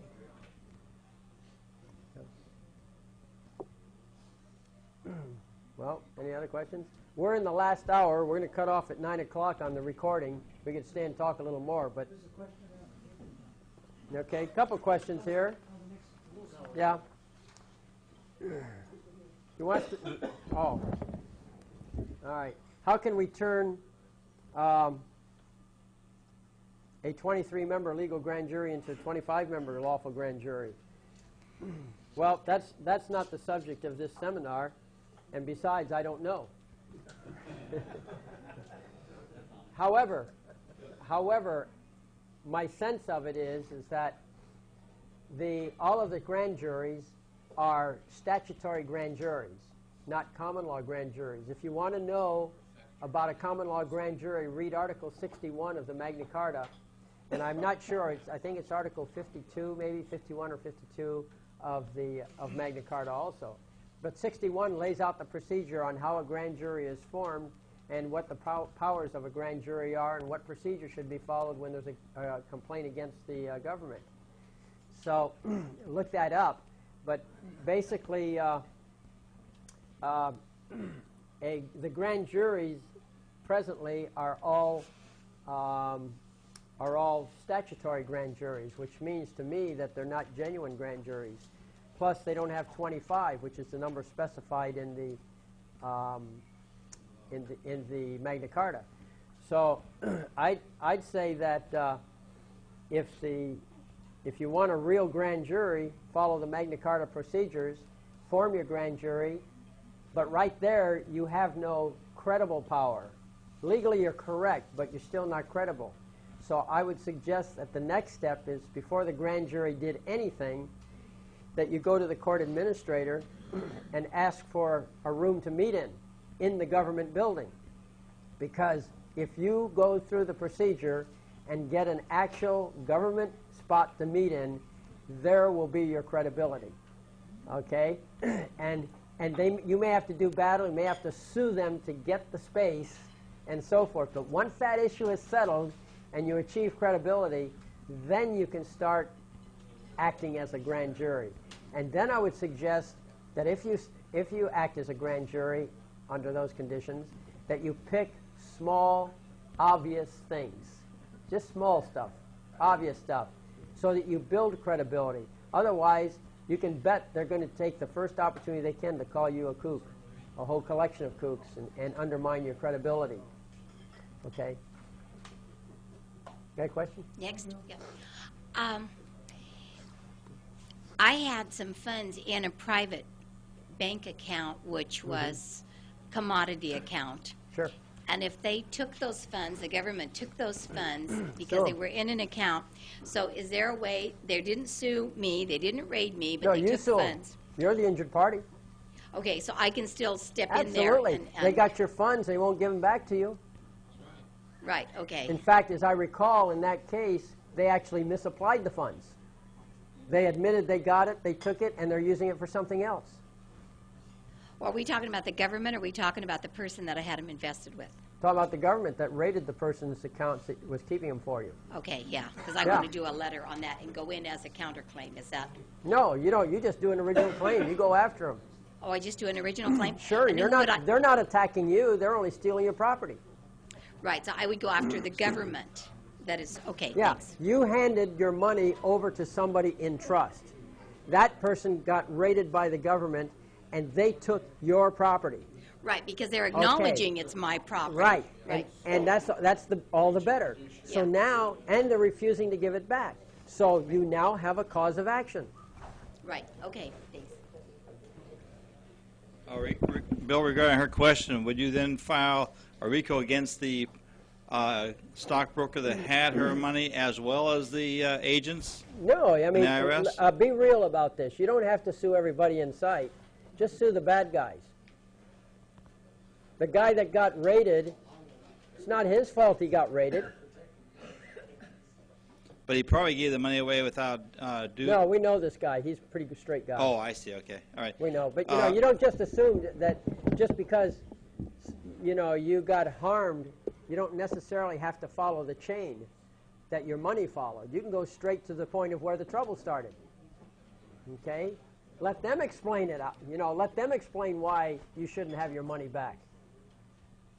Okay, with regard to since we're talking about the IRS. As many of us here in this room know, Joe Bannister about a month, 6 weeks ago, was arrested for consulting as a CPA, telling people about the IRS not being legal, et cetera, with employees. Now, if you were Joe Bannister, how would you respond to the IRS? Well, I don't know enough about his case, but the logical general answer is that you do a counterclaim. Mm-hmm. Because after all, look, all the cases, there's details all the time, okay? You can get inundated with details in different cases. But the basic principles remain the same. Somebody done somebody wrong. So you sue. Okay? That's all. Just sue them. Because they did and because you're at law, you're suing at law, because you have that lawsuit going in common law, and you're the sovereign, you decree what the law is. How did they harm you? And then the jury, if there is one, will decide the law and the facts. But if there's no jury, you decide whether or not they're guilty. It's a good system. Bill, I have a friend who's in federal prison in Texarkana. Mm-hmm. He was put there because the Justice Department came after him for securities violations, which he didn't do. Mm-hmm. Is there any way to use this process to get him out of jail? If I'm the special master, could I represent him? Or well, don't be anxious to be a special master, especially if he doesn't need it. All he has to do is, you can put the. I suppose what you could do is you could put the paperwork together for him. Have him sign it. You just send it to him, mail it to him. He mails it back with his signature, and file these papers for him.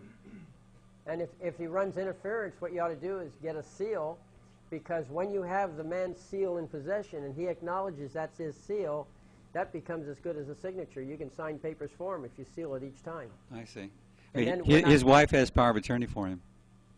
Yeah, but this is different. Oh. Okay, you just get the seal. That's good. That's power of attorney enough. Okay. But you put the seal on, and what I do is when I'm doing a seal for someone else, I seal the papers just by crimping the paper.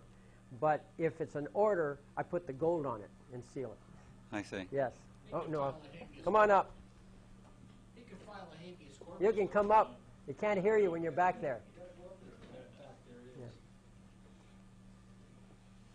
He can put in a habeas corpus for his friend. You have to prove it on the record.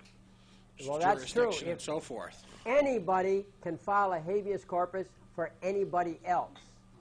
Any sovereign can come to the aid of another sovereign. Okay? When you're talking habeas corpus. So you move for habeas corpus, these people answer or don't answer, whatever, you follow procedure. I like the procedure that is specified in Title 28. I believe it's 1441 and 1442. Is that it? Something like that. Maybe. Yeah, look in the Federal Rules of Civil Procedure. Look up habeas corpus. You'll find the section. But yeah, they have a very nice, clean procedure laid out. So you just follow that procedure. Okay, very simple. It's about 4 or 5 paragraphs. And but anybody can file habeas corpus for anyone else. Okay.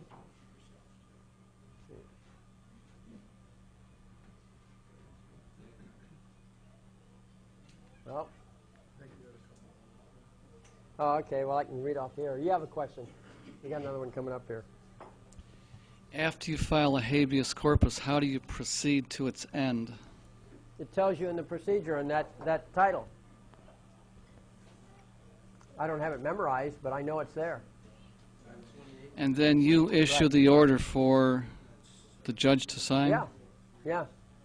You could put together an order for a judge to sign. If he refuses to sign it, what you can do is, remember this, that when you put together your court, you hire various personnel to sit in your court. You know, the magistrate is there. You're hiring him not for his judicial capability. You're hiring him for his administrative capability.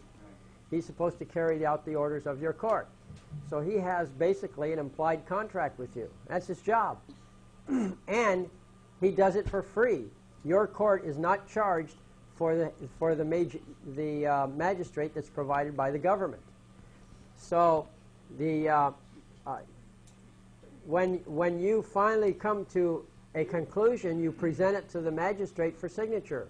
If he refuses to sign it, and you have given him a proper order to sign it, then what you do is you go to his boss, all right, which would be the appellate court, since he's on the district court level probably. You go to the appellate court, and the issue is not the habeas corpus at all. You already got to the judgment. The issue now becomes, why isn't he fulfilling his contract? He has a duty to the court to obey the orders of the court, and you want a mandamus ordering him to do it. That's what I would do. Or take it up to the Supreme Court. And also, since he's a federal officer, you could also try complaining to the congressman, but not just a complaint. Ask the congressman to start impeachment proceedings against the judge because of how he's behaving, because the Congress can dump a judge anytime. They just have to impeach him. It's not easy. They probably won't respond, but you know, if you can make him look bad enough, they just might do that. I'll tell you this, no judge wants to have a request like that go in, because after all, his promotion abilities, you know, he wants to rise up the ladder, and if the Congress is considering impeachment, even if they turn it down, in future it's going to look bad on his record. Got a suggestion here. It's something I'm not familiar with, but I've heard before, 21 silver dollars for court costs. And I don't understand the philosophy behind that or anything, but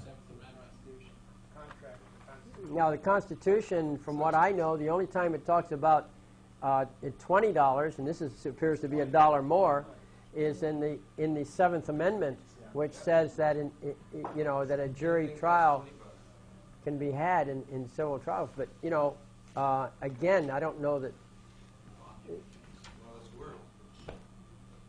You know, that's what you can sue for, so you make sure you fall in that category. But of course, that was put together back in the days when $1 a day was a typical wage, wasn't it? So, of course, they haven't changed the Constitution. So, but anyway, you're getting into an area I don't understand. Somebody else will have to conduct that seminar. So, I only know certain basic things. So, okay. Huh? Remember my brother-in-law that came to the meeting?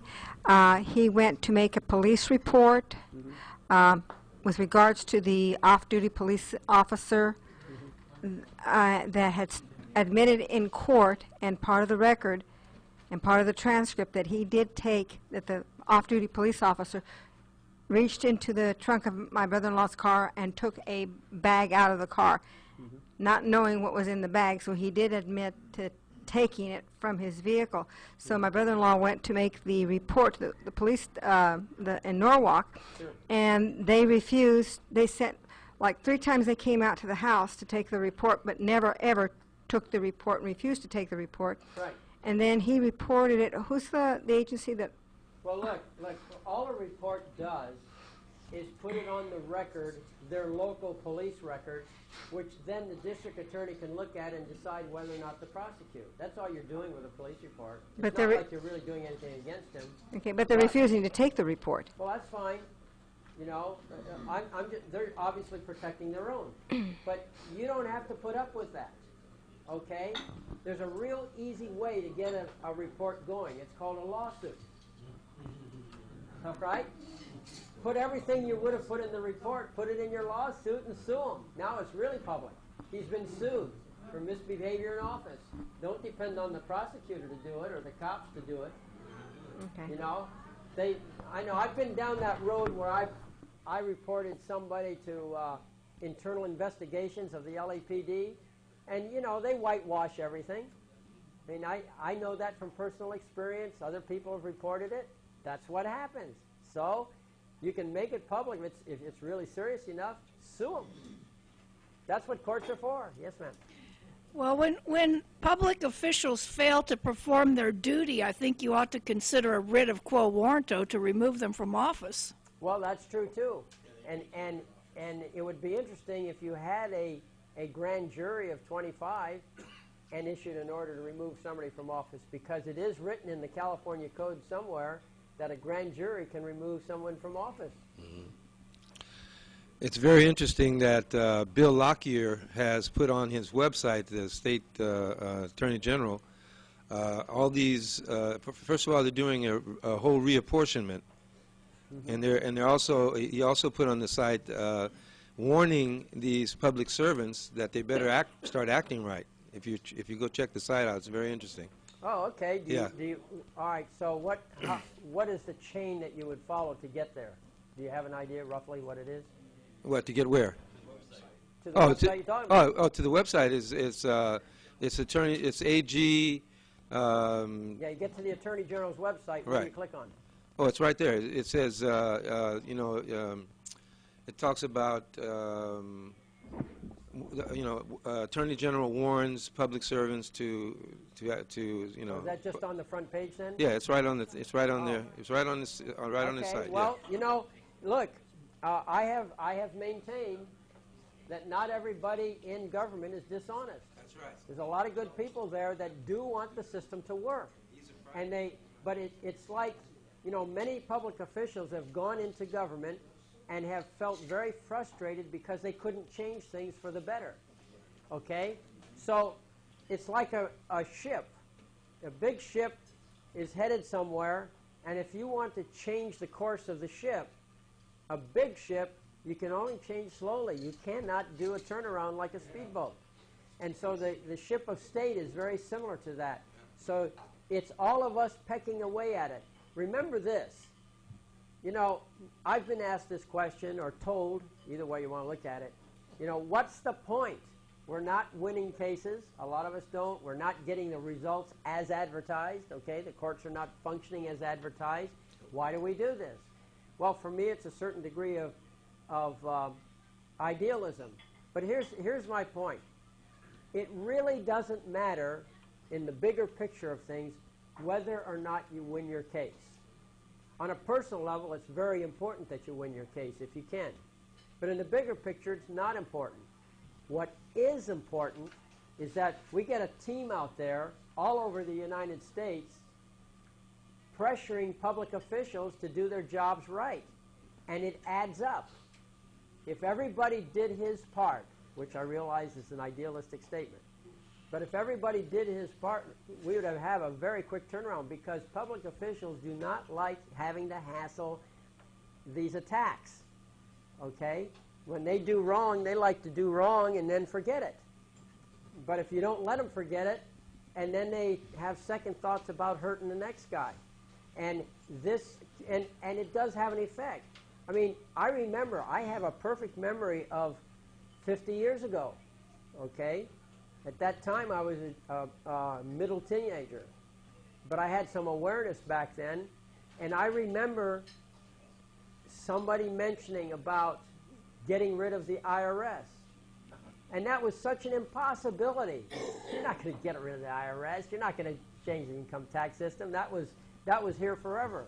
Now, what are they even some very high-level people are talking about a national sales tax and getting rid of the income tax, right? That's right. Okay? That was an impossibility 50 years ago. Well, what's happened is the IRS has made such a bad reputation for itself. People have gone into the underground economy. The underground economy now, I think, is estimated to be bigger than the known economy. The people are refusing to file. Compliance is way down, and it's reflected in the fact that the IRS, despite the things you hear, is not getting the budget it needs. Okay? IRS used to, I remember 30, 40 years ago, that IRS used to hire the top 10% of the graduating accountants out of college, and today they're hiring the bottom 10% of those who will consider working for the IRS. A lot of them won't work for the IRS, okay? So the effect is there. It looks like a lot of times we think, boy, we're losing. But if you take a 25 or 50-year view, which is what the government does 100-year plans. You know, if you take it, it's true as individuals, we may not live that long, but the fact of the matter is we do our part, we infect other people with the ideas of freedom, the ideas of protecting your rights. See, I don't encourage people to attack the government. I encourage people to defend their rights, okay? And if necessary, sue the government when it tramples on your rights. That's fair and proper. To just blindly attack, that's not good.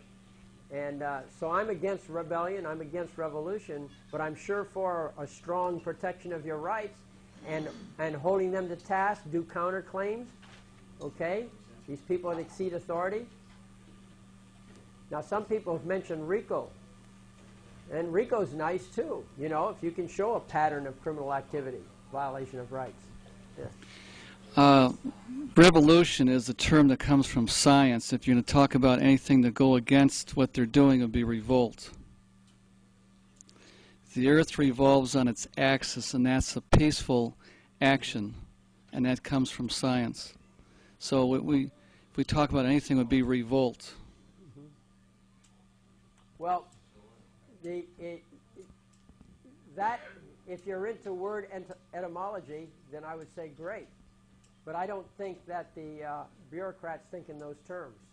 I think the bureaucrats, you know, and as I use the word revolution, that's what they understand. And basically they associate the word violence with the word revolution, okay? And so the bottom line is that I recommend to everybody that they protect their rights and do it through the courts peacefully. What do I say? What's the motto of the nitty-gritty law school? Encouraging the government to obey the law. That's all. That's all I want. If you obey the law, everything would be just fine. Okay?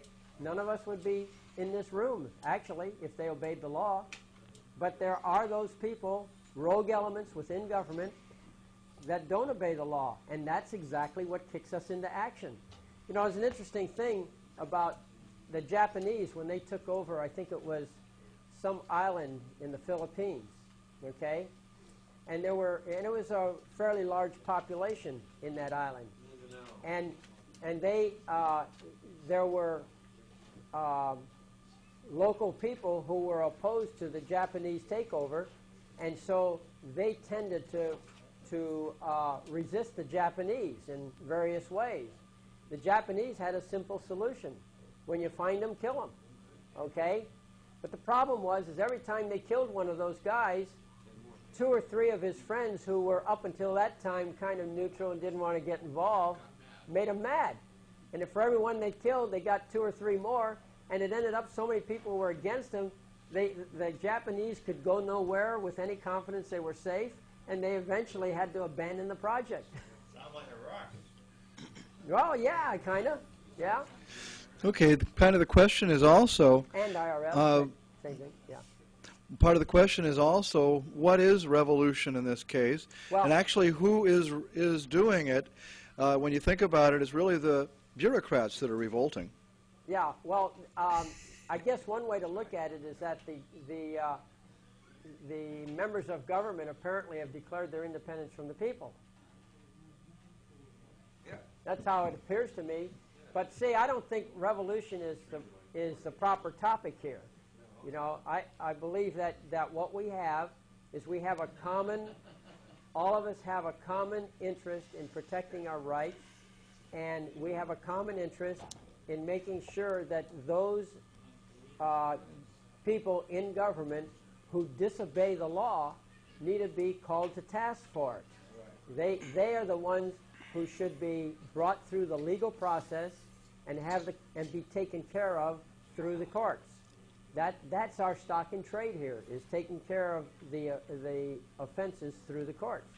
We do that, and if enough of us do it, and as the word spreads, and you inform other people, and as that one of you gets attacked, and you tell your friends, they get mad and they pick up on the spirit, there's a percentage that will work.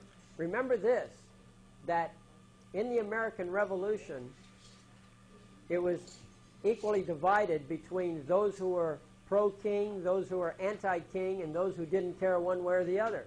Okay?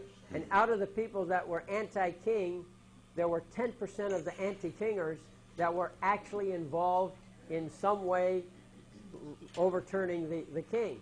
You understand, 10% of 1/3 means 3% of the population. It only took 3% of the population to convince them to let go. Okay?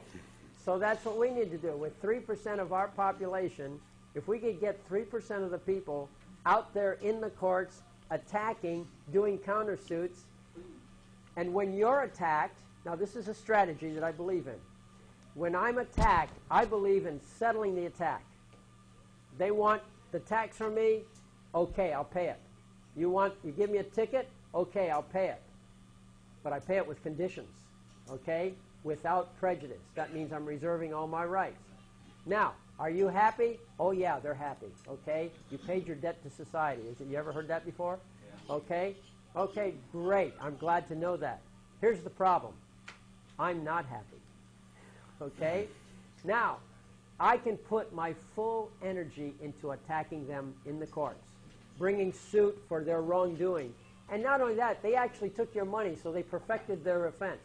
They perfected the crime. Okay? Yeah. Now it's no longer excuses. And I tell you, I know some of these fines they levy seem a little high or whatever they do, but you get that out of the way, do you have any idea what you're going to cost them? Let me tell you something. A well-conducted suit at law is going to cost them a good $25,000 to $100,000 to defend. That's usually a lot more than what they're trying to get from you, okay, in terms of traffic tickets or taxes or whatever, typically, okay? Now, some are more. Look, these guys are in business. They're conducting a government business. And if you run their costs up, see, if they can put you in jail, somehow that's money in their pockets. It's not an expense like they claim. They get money. I don't know where it comes from, but they get money. Yeah. Well, federal, but the feds also get it from somewhere, okay? Person's in jail, that's an asset of some kind that they can borrow against. So, but if you settle the account and then you're suing them and they're spending money to defend the suit, where's the profit? See, that's what you want to do. The idea is your individual case, win or lose, not important in the big picture. Only important to you personally, and that's fine. You do battle as best you can. But just remember, when you can run their costs up, you're having the real effect. I'm sorry, I kept you waiting. No, that's great. Rather than use a lawsuit as first resort, wouldn't it be better to notice them that they've caused you injury and present a claim in cases that aren't pressing, where they don't have you, they're not dragging you into court? Maybe the code enforcement man came out, or some situation like that. Could I have your thoughts on that? Does it reinforce your claim, your position, your perception of being fair and just to give notice? What I suggest is that you do a notice and demand. Okay? So there you have it. I have one comment, Bill, couple. On the subject of revolution, if people were taught that when the War for Independence started, it was a revolution. When we won the War for Independence. So I have kind of a simple procedure that I deal with. When people call it a revolution, they must be English and think we lost. So get in the habit of calling it a war for independence, and we won. Now the second thing I'd like to bring to your attention is we've got to stop this guy, because we're liable to get America back if he continues. If we can bring the common law to our understanding, and I'm the hardest guy in the world to make understand, you're going to be looking at Resurrection Day for your country. And we can send the revolutionary Tory bastards back to England again. And by the way, they're here. They're here. Yeah, the regulatory agencies are all the Tories. They're still here. But anyway, Bill is teaching something that every one of these CDs that goes out of here, DVDs, whatever they are, should be passed on to your children and grandchildren, because you see, the reason we're here is this should have been taught when we was in, junior high, at least high school. Civics they used to teach until we went to total communism, I guess. And we'll have to be thankful that Bill is going to be around for a while. Let me tell you what, if they stop this guy's action, they've been known to do that, it's going to be a cold day in hell before one of us can pick up the pieces where he's at. So the next thing I want to bring to your attention is Bill would like to be doing this maybe every 3 or 4 weeks, have another seminar, because we went through 2. The first one was on motion, this one is on sovereignty. And if he can ever get support enough to devote his time to this thing, 100% of his time, we would be the recipients of that blessing. So the next time he's due up, I don't care if it's fly shit on the wall, come and hear him. Okay, good night. Thank you. Thank you. I hope I merit all that. Absolutely. But let me tell you another technique. I just want to sneak this in. Whenever you have legal procedures, statutory, there is sometimes a common law equivalent. And when they create the statutory law, they usually build in somewhere into the statutory law a statutory procedure that gives you the common law benefit you're looking for. Now, specifically, what I have in mind here is a thing called a lis pendens. Whenever you have an interest in a property and you're suing somebody about it, an attorney can file a lis pendens on the property. That notifies a future buyer or a future lender that this property is at stake, and if there's a lawsuit involved, and they might buy the property, but since it's on public record with a lis pendens, they buy it, and whoever loses, then they lose their rights to the property, they lose their money too, and it goes back to whoever sued for it in the first place, okay? Now that's the statutory procedure. If you follow the common law procedure, well, let's put it this way. If you go down to the county recorder and try to file a lis pendens, the county recorder will say, well, only an attorney can file it, okay? Now, so here you are with your lawsuit, but you can't file it like an attorney could. So In one sense, you could say, well, I am the attorney. I'm the attorney of record on my own case, and therefore I should be able to. That is an argument you can make. But there's something better. In either the Civil Code or the Code of Civil Procedure, I forget which it is. I think it's the Civil Code, Section 800 and something. I was looking for it here, but I didn't see it. I thought it was 870. But there is a procedure calling for a notice of preservation of interest. And I think this is the statutory execution of the common law procedures.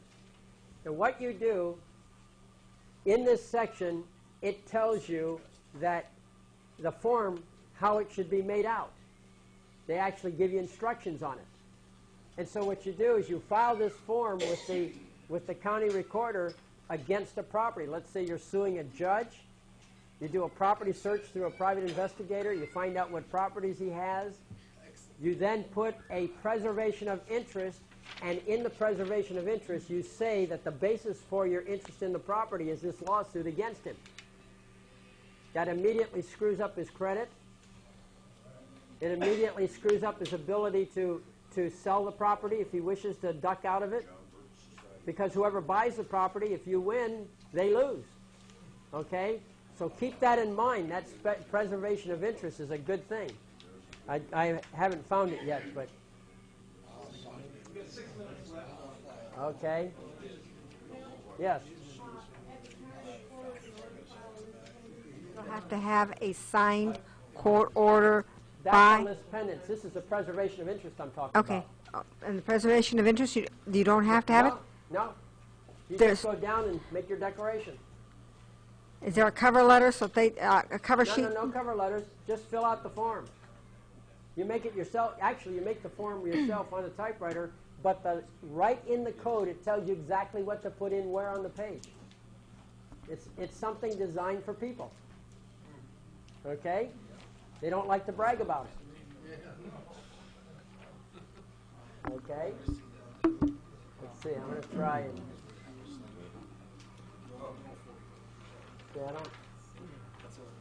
Okay.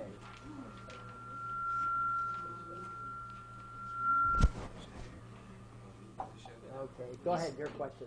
Well, actually, I just wanted to share that my girlfriend who lives in Hawaii, one of her best friends is a lawyer, and he's Japanese, and he has a little tiny Shih Tzu dog, you know, and he named his dog Sosumi.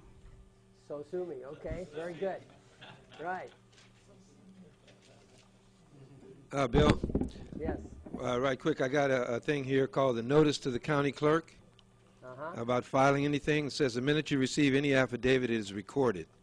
Should you refuse to record my affidavits once deposited with you, you are committing a crime against justice under statutes at large, Section 5403, and it is punishable by up to $2,000 fine and 3 years imprisonment. Which statutes at large?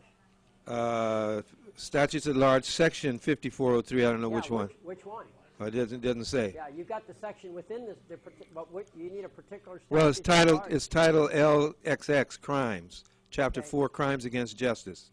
So it's titled, what is it, L? Code. That's code, see? Oh, that's the code? Okay, but if you have a code section, that works too, because then you can trace the statute. That you And it says 5403, every person who willfully destroys or attempts to destroy with an intent to steal or destroy takes and carries away any record, paper, or proceeding of a court of justice filed or deposited with any clerk or officer of such court, or any paper or document or filed record, or deposited in any public office, or with any judicial or public officer shall, without reference to the value of the record, paper, document, or proceeding so taken, pay a fine of not more than $2,000 and suffer imprisonment at hard labor not more than 3 years or both. So you got some... Sounds like a deal. Yeah, we got some stuff against them if they refuse to file your paperwork. Okay, got 3 minutes here? All right, so next question.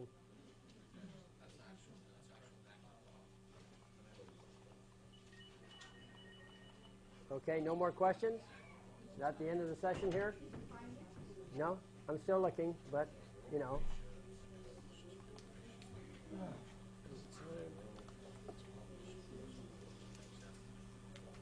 trying to find that one that,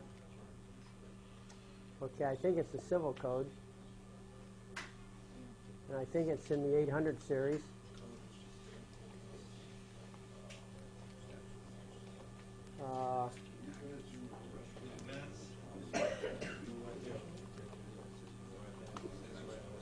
See if I can find it. All right, we got 2 minutes at this time, so we're almost finished. Hey, well, Bill's looking for that. We only got 2 minutes. Let's give him a thank you. All right, you're welcome. Thank you.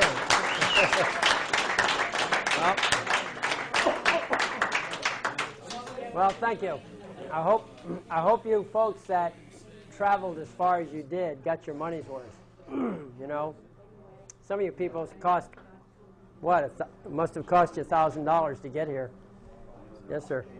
Well, I was just going to ask you to repeat everything. I forgot. Yeah.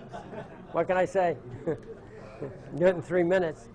But I don't see it in the Civil Code.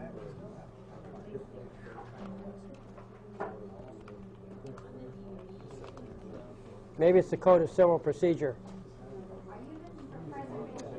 Yes.